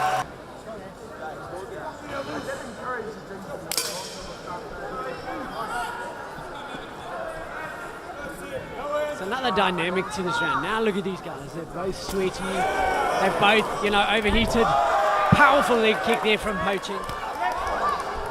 Anthony's doing well, keeping his right hand up high. As a southpaw, Sebastian's danger weapon is going to be that left kick. So there he flies with it. The Poaching counters really well. He's ready. He's not letting him come forward. He's not letting him establish that forward momentum before the kick. He's keeping him guessing. He's making him defend. And I like how Anthony's answered with those counters. He's been direct, quick, prompt. He throws with bad intentions every single time. Sebastian needs to set that up probably. He's hitting it, but it's hitting Anthony's guard. Maybe he needs to throw a few more balls, a few more to the body. Pushing gets the body lock, presses into the cage, we see if he drops to the legs. Very nice. You can just see that power work that Anthony's been doing before this, obviously in the lead up to the fight. You know, the way he dominated, he just pulled that leg out. He does that, he looks very strong. Who's his strength conditioning? I don't know who does that, but look, he's looking in the best form I've seen him. I think this is the first start I've seen him having a six-pack, actually. Nice, I mean, like with a lot of those Shuriken guys, one is Johnny Talbu out of Health Track. Doing a really good job with the fighters. As we can see, Anthony establishing similar position. Half guard, quick transition to mount. So that's good mount control. Awesome. Nice, good scramble from Sebastian. Once again, is what we mentioned earlier, is that Anthony overstriking, overcommitting, not taking his options wisely. Here we go, he's got the opportunity to hold side control again. Needs to keep his hips low. And again, that's the importance of the underhook, right? Poaching was able to establish it in the half guard. The underhook on the same side, he was able to scoot out, and Sebastian was forced to concede the position, otherwise he'd given his back. Poaching does really well to establish the mount. He's dropping his hips low, he's great finding his legs. Sebastian turns, but he has to give his back. Anthony looks like he goes for the arm, but Sebastian scrambles out. And like you were saying, Brian, as soon as they start sweating, it's hard to maintain the position. Yeah, and I get kind of excited when I see fighters being able to tune another fighter, you know. That shows that there's a level within their grappling, you know, and it just means that nobody's invincible. And this is what they've got to remember. You're going to have somebody that's going to take for Anthony. He needs to look now, instead of just sitting there in this position, he needs to work a little bit. And he's good to keep the top. What he needs to do is spread the base and just stay here. Start punching. Just a little bit too low. Almost had him. Sebastian could almost have had the reverse. That mouth guard picking up all the sweat of the previous fights, right back in the mouth, very hygienic. And what I'd Also means in the first, second round. Similar finish with Ant's coaching on time. Yeah, you give that round to Anthony. That position where you're giving up something. Third round to hug it out. Look at it, good sports.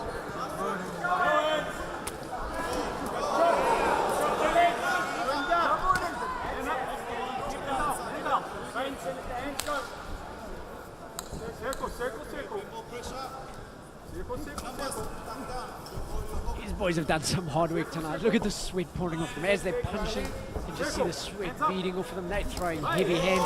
This is our last round. Sebastian, you know, by all means has to finish it in this one to kind of win it in the books, I think. And I think he knows it. And Anthony knows that he's just got to make sure that he does everything he can to keep us going. Anthony wants to swing for that single, which he does, and he moves straight into side control. Good transitioning from that takedown. This will be getting him good points. Again, he establishes that far side underhook. Sebastian's unable to follow him. Establishes side control, that's still pretty good, but Anthony pushes to top control as he presses against the fence. What do you think, Jimmy? I think he just needs to stay calm and control. He's managed to listen to his corner very well. He's in that position. He's hit on points. Yes, he is. Control. Take control. Again, Sebastian's done very well to slip out of it. And that's the danger of trying to take the back round. You see Sebastian, Anthony tried to take it and he ended up on the bottom. He's right back on Sebastian on that leg. See if he picks up that single again. He's going to hit that for the fourth time tonight. Blocks the hip with his right knee. Establishes his position. I think the best option for him is strong side control, drive him up against the cage. Maybe get that knee on belly. Yeah, get the knee on belly. Position. Yeah. Every Steps time over. he goes there, You see him step over to side control. It's not as much of a offensive position. It's more of a control. Stop the opponent from scooting out the back.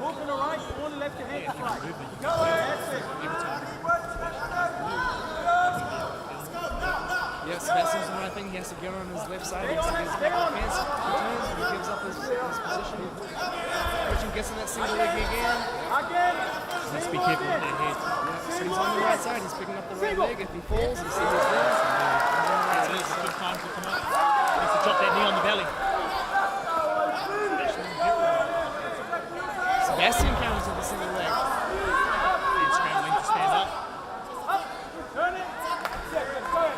Amos establishes the underhook. He's able to surf around. Another one.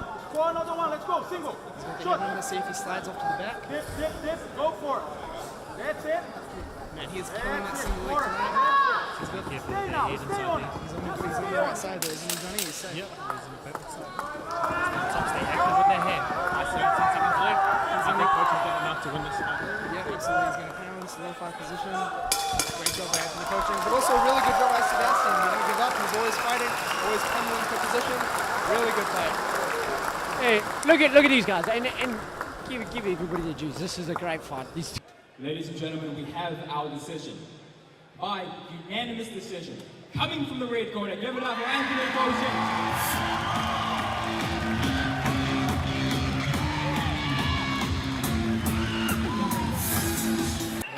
Happy with that, mate? Yeah, very happy, very happy. The wrestling was very good. The jiu-jitsu wrestling was very good.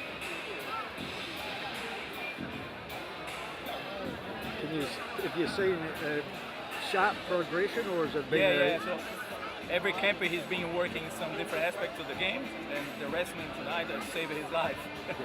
Cool. Yeah. Cool.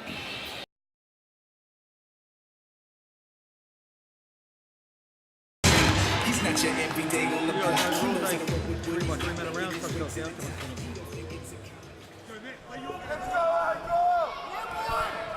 Your ref in charge, Phil Brown. I like this. Matt Gibson in the blue corner from Auckland MMA finished his last 2 fights by armbar. You know, you're kind of almost getting like arm collector status at that stage. You know, so you know it's going to come if he goes to the ground and he's on his back. So how does Andre deal with that? Wow, an explosive amount of power. Andre pops his head free. He's ending up on the full guard.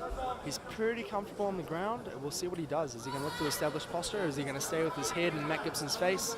Just try and grind him out for a little bit. Matt Gibson is looking to establish that tight left overhook. Controlling the posture and setting up a lot of positions. He might look to push his arm out and look for a triangle. Gets his foot on the hips, tries to get away, but Andre counters nicely with the pressure. And what people are going to remember is Andre, yeah, he's been away for 2 years. He'll have a little bit of ring rust. This man, I don't think, has stopped on his ground game. His ground game has always been good. It's always been one of his go-tos. And now you've got 2 guys that are really good on the ground. How does that work out in the fight?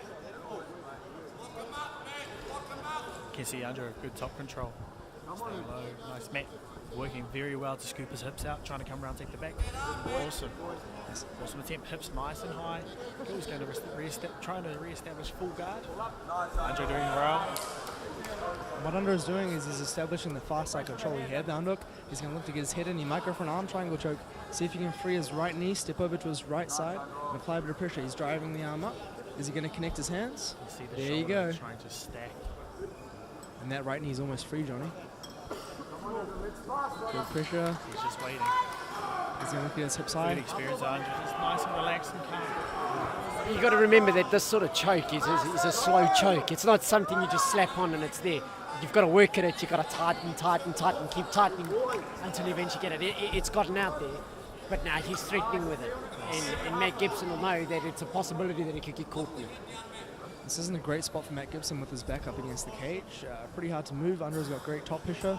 Yusef. Matt doing very well. Working some space, trying to create some space. He got out of there, nice tight half guard where Andre was threatening. He managed to start standing up. Andre needs to stay heavy here. You're right, Johnny. Matt Gibson staying busy on the bottom. He's looking to get some sort of cradle, but he bails, goes to full guard, see what he can do from here.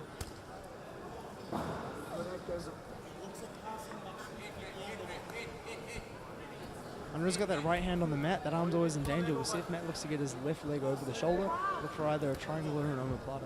No doubt the Auckland MMA guys, the clinching stuff, know very well what type of fighting style Andre is bringing tonight. So they would have prepared for this. As you can see, Matt Gibson very active in his hips, making it very difficult for Andre to establish any type of top control position. Absolutely. Matt Gibson shoots for the triangle. Andre postures up well.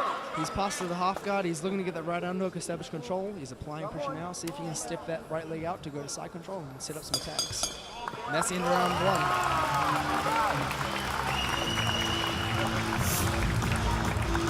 How the second round plays out now that there's a bit more sweat, not as much friction. He's going to establish the center control. And it looks to be Andre.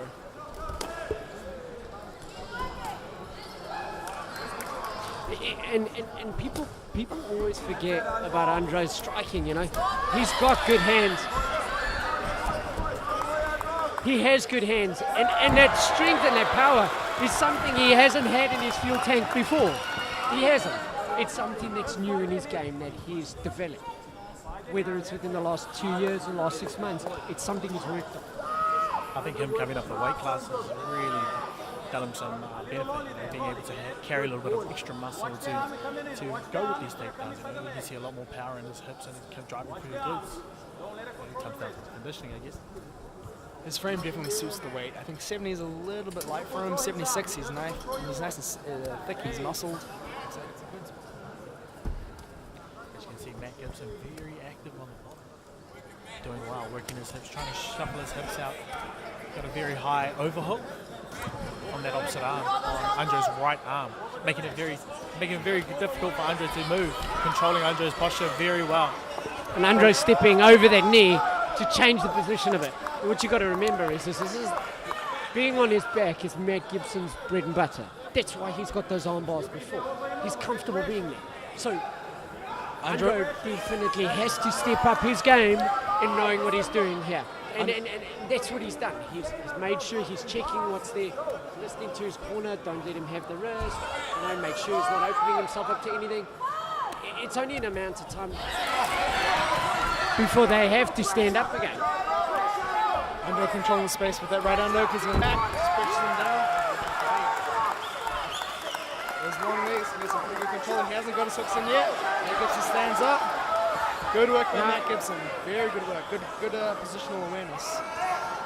This is interesting because Andre doesn't have any hooks in, but he's got a hold of that arm.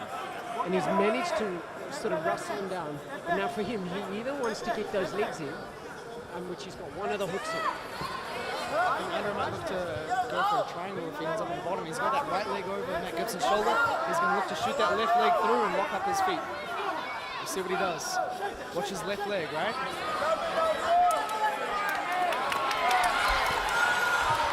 And some vicious ground and pound from Matt Gibson. He wants to finish this. He's tired of being on the bottom. Andre needs to scramble to get back up, otherwise, but there's the end of the flurry. So Andre weathers the storm. He's got his right underhook. That's his escape.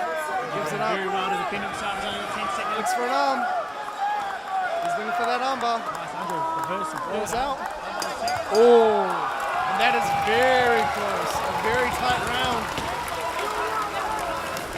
I think this third round will decide it. What do you think, Johnny? As you can see, Andre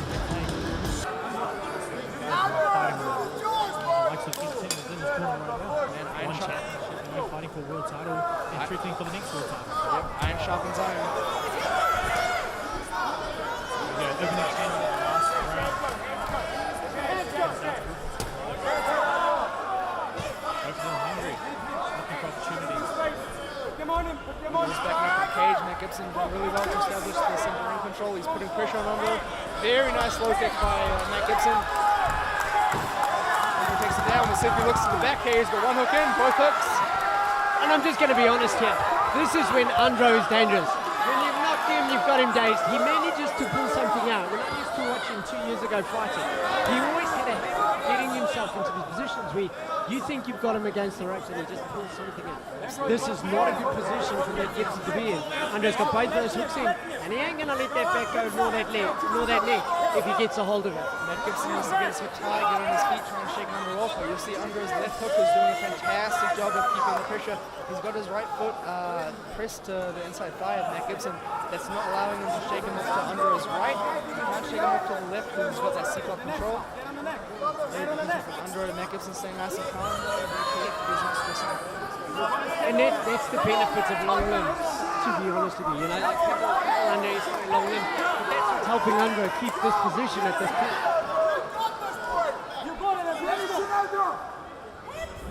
Andre may not be active. It's very heavy. He's draining that energy out. He's going to try to flatten Matt Gibson out. Matt Gibson's staying very strong though. And again, he's doing all the right things. He's fighting under his hands. He's trying to knock it flat in. He's going to look to turn and establish a half guard. Andre's very much on the offensive, but Matt Gibson's doing a really good job. But this gives Andre a good amount of time to recover. If he hadn't recovered from that last flurry in the second round, and he was still a little bit ducky at the beginning of the third round, this is now buying him time and earning him valuable points to actually keep scoring in this. Absolutely. I mean, if it's going to go the distance, it does come down to the points, and the positional control is very important. Matt Gibson looks to spin, but Andre gets him on his back.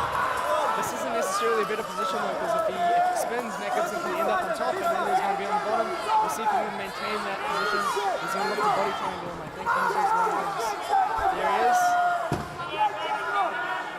Andre needs to look at going and saying, okay, I'm going to look for that body triangle and try and lock that body up a little bit more. Really lock it in so that he can't get up. Matt Gibson's doing the right thing. He's pushing, he's pushing his head up. You can see by the hips high. He's not leaning down. He's keeping his chin low.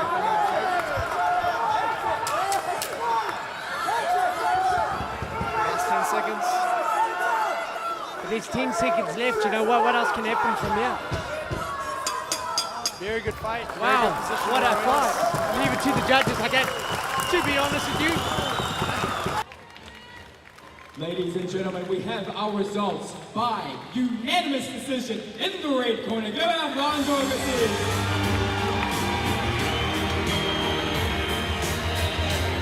Good fight, Tone. Yeah, good control there. Yeah, it's close. I think Andrew got it. He had top position most of the time, most of the fight. But I knew it was going to be a good fight. Yeah, good match. Yeah. One of many. One of many tonight so far. More to come. Ladies and gentlemen, we have our results by Yeah, girls, it's a title fight. 3 by 3 minute rounds. You know the rules. Just goes down. Come and swing.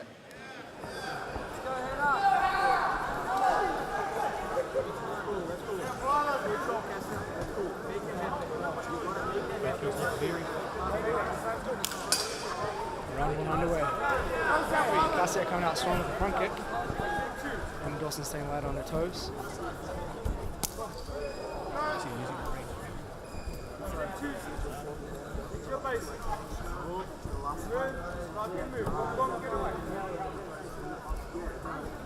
Hannah Dawson looking crisp, back heels off the ground, her hands are high. We're going to counter Cassie as she comes in.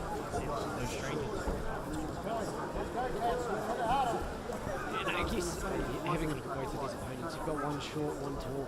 You know, the key is that obviously with the taller fighter, you want to strike from the outside. And obviously with the shorter opponent, actually I want to get on the inside and maybe do a takedown. Tackle up, wrap those long limbs up and see if the person's got any ground.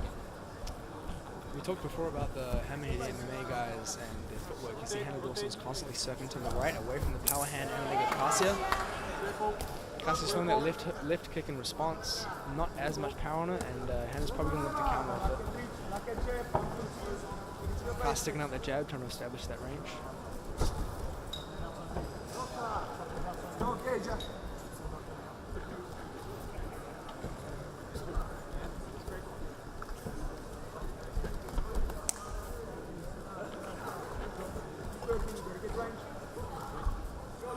Dawson switching the southpaw, throwing that left kick. Goes back to orthodox. Cassie slamming that jab. Hannah looking to counter off it. The fighters just really feeling each other out now. No one throwing any major offense, just trying to get the range, get the distance, get the timing. We'll see it unfold later on. I like how both of these fighters just seem very composed in this. You know, Cassia seems to be throwing with a lot of heat in it, and you know, as a fighter, you don't really want to be in there all the time if you want to get last to the third round. But you know, if you catch, and if you catch an opponent that is a bit different. As I said earlier, you know, the shorter fighter should be looking for the takedown, and Hannah's done exactly that now. She's gone and looked for that takedown out to Cassia to prove that she's up for that ground game, and her wrestling is good and she'll be able to hold her out. She managed to get back up to her feet and actually start to work some distance in there. Hannah Dawson did a fantastic job changing the levels and shooting in.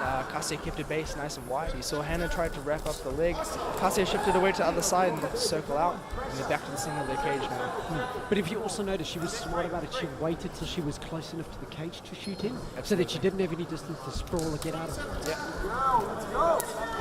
It's also safer, you don't expose your neck to the guillotine.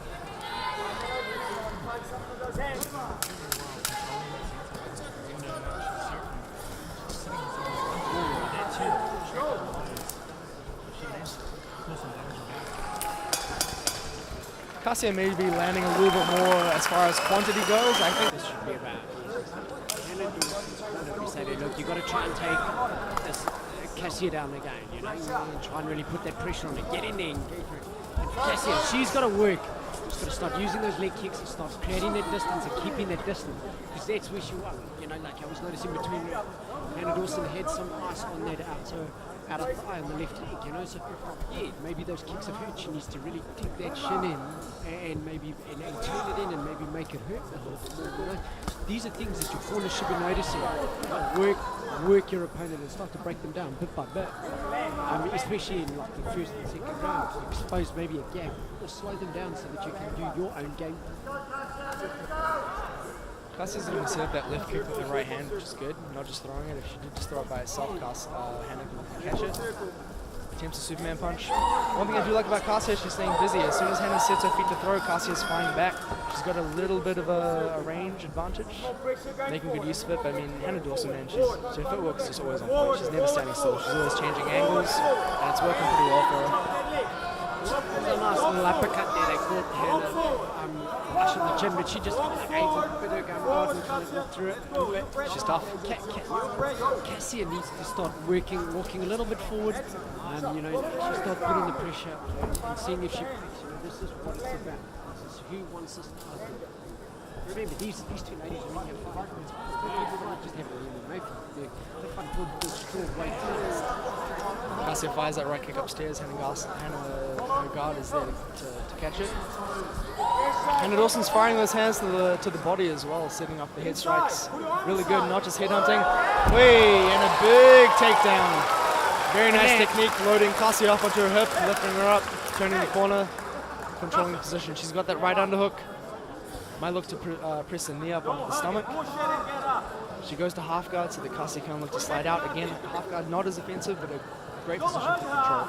But yeah, as you said, you know, it's a good takedown, right time, right place. She's Hannah Dawson's in her own corner. Pressed up against the fence as well. You know, she's a good takedown. She had both hands linked together. You know, you can't really fault it that. Cassia's trying to bump out, but she really needs to establish that left underhook before she can do anything. She's looking to get that left butterfly hook in.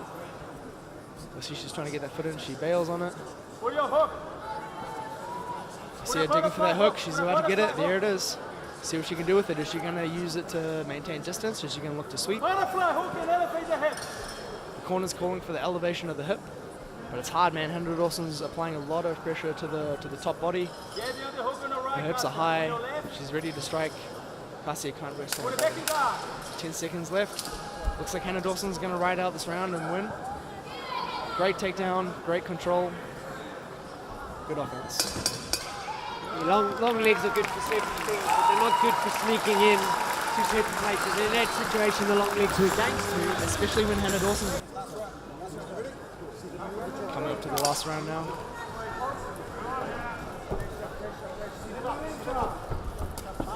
Hannah Dawson again light on her feet. Cassia's pressing in, but Hannah Dawson's doing really well controlling the distance. Switches to southpaw momentarily, back to orthodox.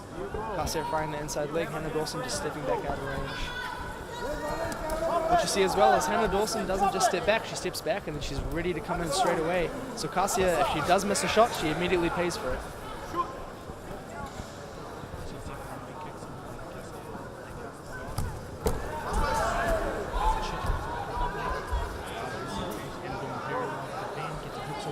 She's digging that right underhook pretty tight as well from the looks of it.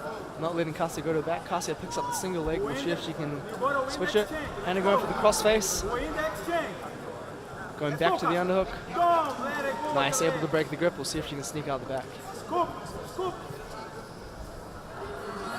Nice, Cassia needs to focus on that single leg. Don't worry about the double. You see she picks it up.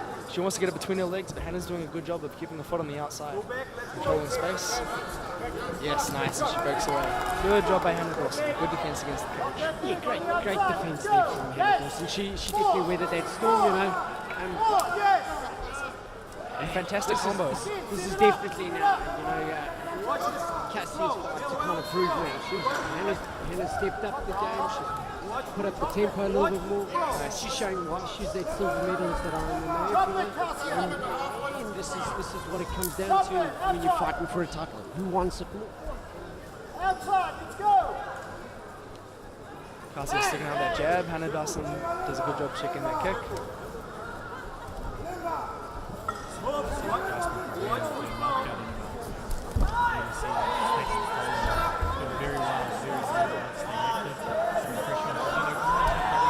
Gets her hands together.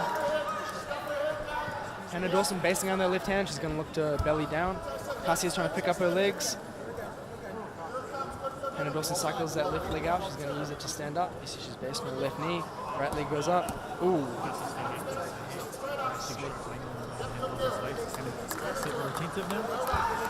Hannah Dawson does well digging that underhook. Really good fundamentals from the handmade MMA. You know, they're present. They've obviously drilled it a lot. The fighters go straight to it. Really good to see.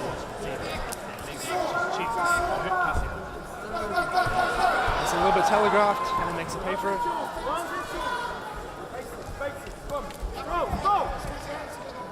Hands are locked. We'll see if she takes it down. She switches to the single. The head's on the inside. Safe. Goes back to the double. Links her hands. She's underneath. Very nice takedown. And honestly, Johnny, I think that might be the fight. If she can ride this out, stay on top, I think that's her fight. Nice. I think so. Good job. Absolute warrior.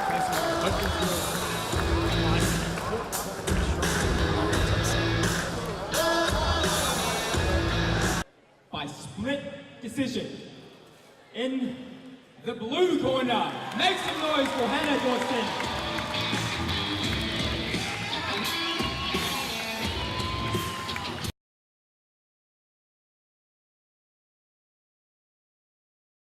Hey guys, you guys know the rules, eh? 3 by 3 in the rounds. Come out swinging. There you go. He wants to do them proud, do his family proud, do his club proud. Only one guy in the way stopping him, Brad Ramsey. What an obstacle that is. Right, and I've been looking forward to this fight for so many different reasons. You know, a big fan of Brad Ramsey and of Nicola. You know, every time he's come into this cage, he's given it his all and he's come up with the wins. You know, this is for a title now. These boys have to step up and actually get on with it. And for both of them, this is a defining point in each of their careers. You know, they've both built up to this point. Brad Ramsey doing well to pressure him to the cage. He's got the right underhook. He's going to look to drop to that single. Nicola making him guess. Wait, Brad gets him up and he puts him down. Brilliantly executed by Brad Ramsey there. Giving him a little bit and those couple of strikes to boot, which was fantastic. I know those guys from Mafio MMA have got a pretty good ground game though. We'll see what Nicola can do off the bottom. Brad doing well to maintain his posture, landing strikes. I like the way Brad is mixing up those strikes in that sort of ground game. He's just cheekily, you know, when you don't think he's going to throw it, there it is, you know. And that'll be disturbing because you won't be expecting it, and when you don't expect it, that's when it hurts so much. Nice. The punches you see don't hurt as much. He's got a crucifix position. Nicola spins on top. Oh! He's gone straight in for the armbar. Nicola does well to spin out. Brad Ramsey's going to look to shoot. Brad Ramsey's to his feet. Nicola's behind him. Puts him back down. Brad Ramsey scrambles up. Nicola's tight on him. Excellent exchange there. Both guys back to the feet. Nicola lands a very hard right hook. Brad Ramsey knows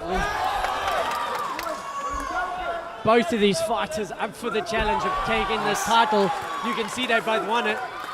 That grappling was high-level grappling. That's the second time Brad Ramsey's hit the high crotch. He's looking to move over to side control. He's got the right underhook. Fantastic control. Nicola's looking to come in, but Brad Ramsey's staying heavy. He's almost got like a mounted crucifix there. He does. But that's the second time Nicola's come out. Brad Ramsey needs to adjust. He knows that position's not safe. Goes for the lateral drop, ends up on top. Great work. He goes right back to the crucifix. We'll see if he adjusts the pressure, if he can maintain the top control. He's looking to pin that arm, look for the Americana. He needs to drive the elbow down to the hip. Nicola scrambling out fantastically and pushes Brad Ramsey up against the cage. I must comment, you know, I love Nicola's tenacity. Look at how he just keeps going. No matter what's getting thrown at him, how he's getting beaten up, he just keeps pushing on. You really have to bury him in the ground to get him out of that cage. Nice. Brad Ramsey's doing a really good job setting up that straight right. Again, keeping his lead leg on the outside. He's got him up and he's put him down. Brad looks to step over the side control. Again, that left underhook is going to be his key point here. What we need to see from Brad is a little bit more composure. He's just rushing his movements a little bit too fast. He's getting to this position and he's rushing through, giving Nick those opportunities where he can scoop his hips out, you know, and reverse the takedown and get back to his feet. 100%, Johnny. When you start to establish the position, it's a lot easier to kind of find where your weight's at. If you're going to strike and look to change straight away, the guy can scramble out, and we've seen that a lot with Nick Lowe in round one. And it comes to the end of the first round. Key points that was really, really well executed by Nick Lowe. Just the ability to get out from the bottom, from underneath. You know, he just is slippery as anything. Brad changes levels. Brilliant takedown. Straight to side control. He's going to look to crucifix again. No, Nick Lowe gets set up. Brad's coming out nice and high. He's got that left underhook. Nick Lowe's doing a great job here. I'm trying to restrict it. Brad needs to stay low here. Nick Lowe's very flexible. He's going to look to get those legs up and trap Brad's chest. What do you think, Grant? Should Brad look to submit here or just establish top control and pound him out? I think what he should do is he should keep himself low, just keep folded over. Hold that arm like you're going to posture for that, going for an armbar, because then you're threatening both sides and strike. Don't give him the space. You know that if he gets an opportunity to get out of his game, Oh, Brad's on the arm. Brad's on the arm. Oh, and Niccolo spins out. Very nice scramble. Niccolo establishes top control, but Brad sits out. He's going to look to sit through, I think, or he's going to drive for the leg. Very nice. And that just shows like these two guys are up for the challenge. Brad's natural ability, you know, Nick threatened that neck there with the guillotine. Brad already knew where his body was and just jumped to that side straight away, getting himself out of danger zone. Brad sitting in north-south, transitions back to side control. He's looking to run his legs up the cage though. Brad does a good job pulling him away.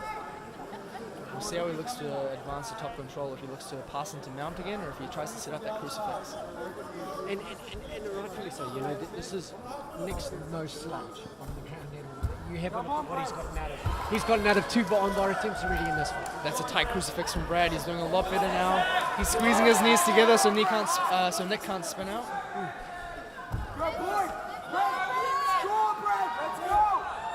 Nick Lowman's so tough. He's always scrambling. He's not going to give up. The ref's going to have to stop this if it's going to end up this way. He spins out. He's going to limp like that arm. Established guard. Nice, Brad established top control. Passes to half guard. Very nice control by Brad. Just Brad is up for that challenge. You have a look how he just sort of knew exactly where he wanted to be. That composure. And it's at another level, you know, he just keeps getting better every single time. Brad loves that crucifix. His ability to control that arm and strike at the same time is awesome. You know, that pickups the Nick Low. Being able to identify when his hips are slightly off alignment and being able to use that as an opportunity to get himself out. It's not easy in that moment, you know, when you're getting struck in the face and somebody does have you in a crucifix, and choose your times when to get out and when it's not dangerous. We'll see Brad looking to establish that cross face. He's got his left arm under Nick's head. He's going to look to turn his face away. And good also by Brad, aware of what's going on in the round, taking it on himself to improve himself. And now this is just the moment where he can showcase those skills. And really the questions have been asked of Nick Lowe, you know, what have you got that you can bring to this cage to try and take the title away from you, is what's Brad's asking.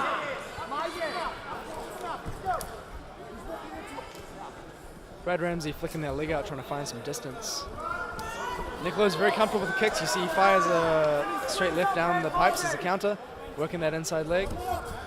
Very nice by Nick Lowe. Solid 1-2, forces Brad to shoot. Nick Lowe pushes the head away, creates space. Oh, Brad hits a lateral drop. We'll see if Brad goes to the neck. He's got those arms down for the anaconda. He's going to roll.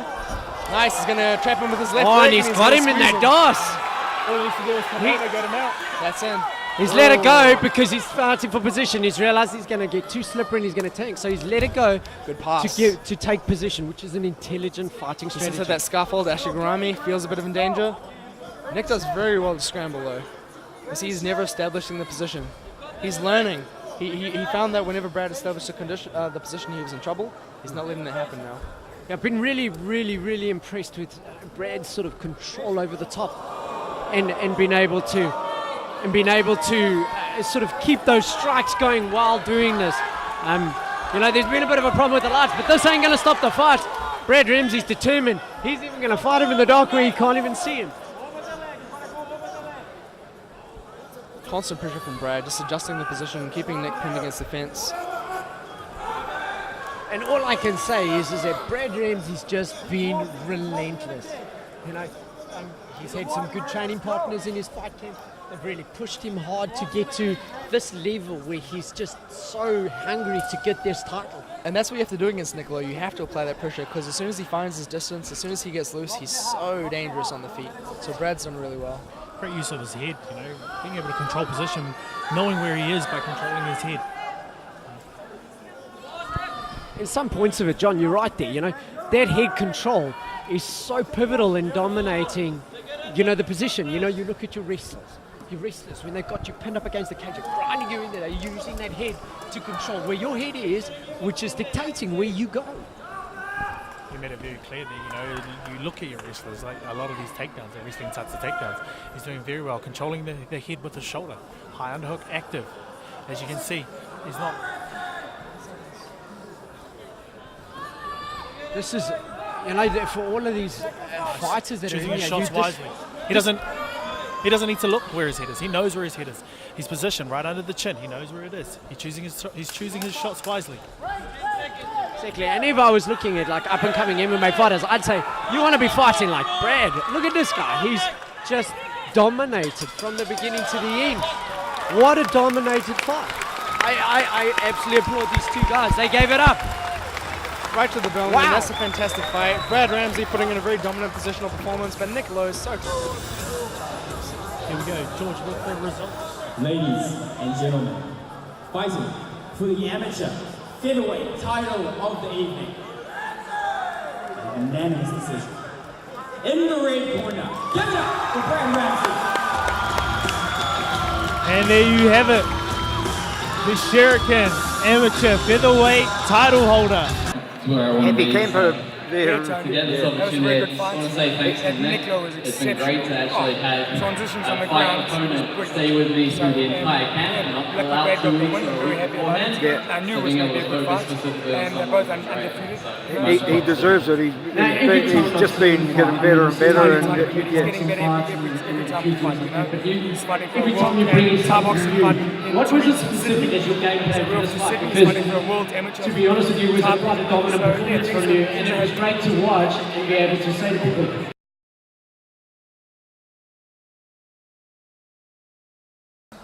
Keep coming forward. All right, he's tough. I mean, Bo Woody as well. It's going to be really interesting to see who can impose the dominance. Stiff inside leg kick. Bo counters. He's looking to tie up the upper body, see if he goes for a trip. And I think what everybody's got to realize here is this is now the pro fight. So this is UFC rules. So the striking, the elbows, everything is in play for this fight. And correct me if I'm wrong, but they moved to 5-minute rounds now. 100%, and that extra 2 minutes makes a lot of difference. As Johnny was saying before, the conditioning is going to be a big factor in this. I know Bo is relatively fit, but I know Van Dane just never stops coming forward. Exceedingly tough. Bo switches to the single, see if he can lift up. He's trying to get his hips lined up. He's looking to step over, pull that left leg off the cage and circle around. Bo wants to circle to his right now. He's going to do that. Van Dane doing a good job keeping that from the outside, but Bo's got him up and he's put him down. And good power there by Bo. 100%. Now, where we've seen Bo lose a few of his fights is he's tried to go for a bit of a I guess aggression over position. He's tried to go for the back and ended up in the bottom. Hopefully I see him maintaining the top position a bit more, putting a bit of pressure on Van Dane, really making him work and carry his weight.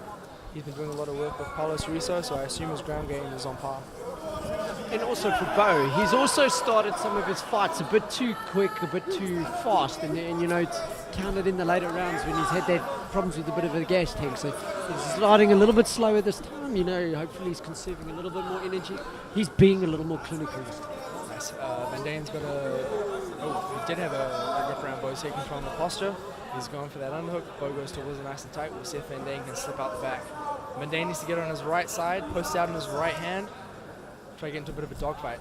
Bo does well defending that, gets the right underhook. Now he's in control, posting up, covering Van Dane's mouth, looking to land some elbows.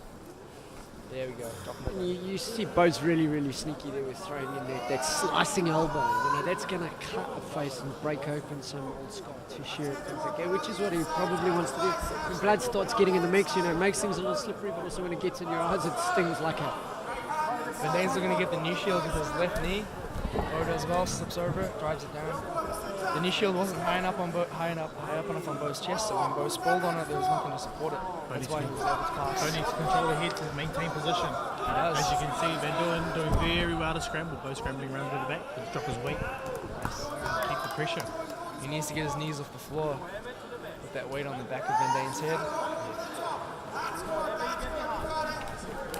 As you can see, there was no weight on the back of Van Dane's head. Made it very easy for him to stand up. Yeah. Both of them firing, standing in the pocket. Bo switching to southpaw, firing that left down the straight. Oh, he drops him. There you go. Bo drops him. That was a nice. Unleashes the flow. Van Dane doing very well to stay composed and stay relaxed. Nice. Under the watchful eye of Neil Swales. Van Dane needs to get to his side. He can't stay on his back. He needs to get to his right side, dig to that left As long as Van Dane stays active, stays defensive, he will stay in the fight. Neil Swales on the watch, paying close attention. As you can see, there is a cut to the top of Van Dane's head.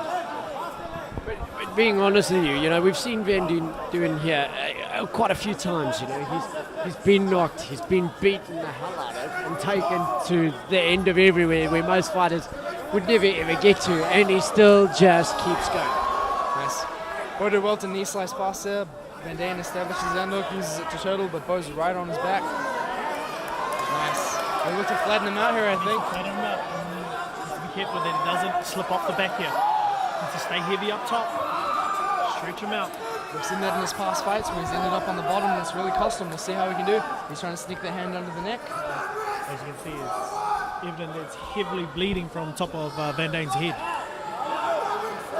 Those active still trying to sneak that arm in. Stretching him out, rolls him over. You think Van Dane might be a little bit buzzed still from that shot before? Yeah, definitely. He's still trying to recover from that little bit of a wobble.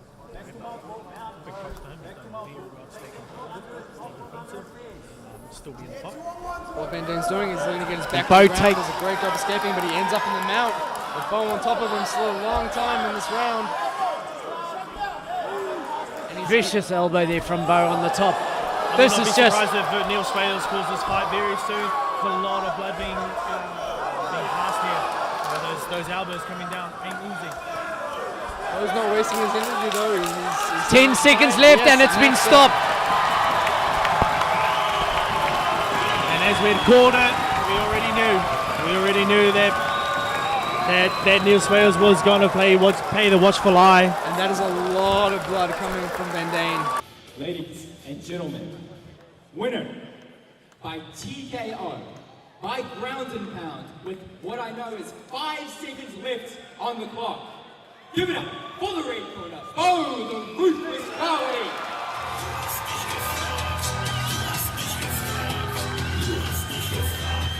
Will be getting to our main event. Jason, I thought that Bo looked the best I've seen him for a long time at the weigh-in.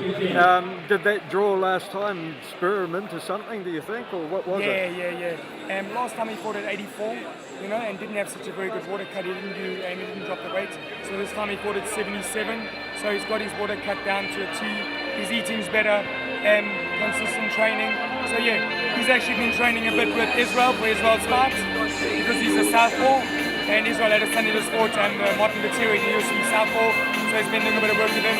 So he's looking good. So onwards and upwards. Maybe China next, a few fights in Australia. Could be a big year for him. Yeah, hope to be a big year for them. Big year if you win, you lose, we get pushed down a bit, but he's on a winning streak, which is good. Oh, mate.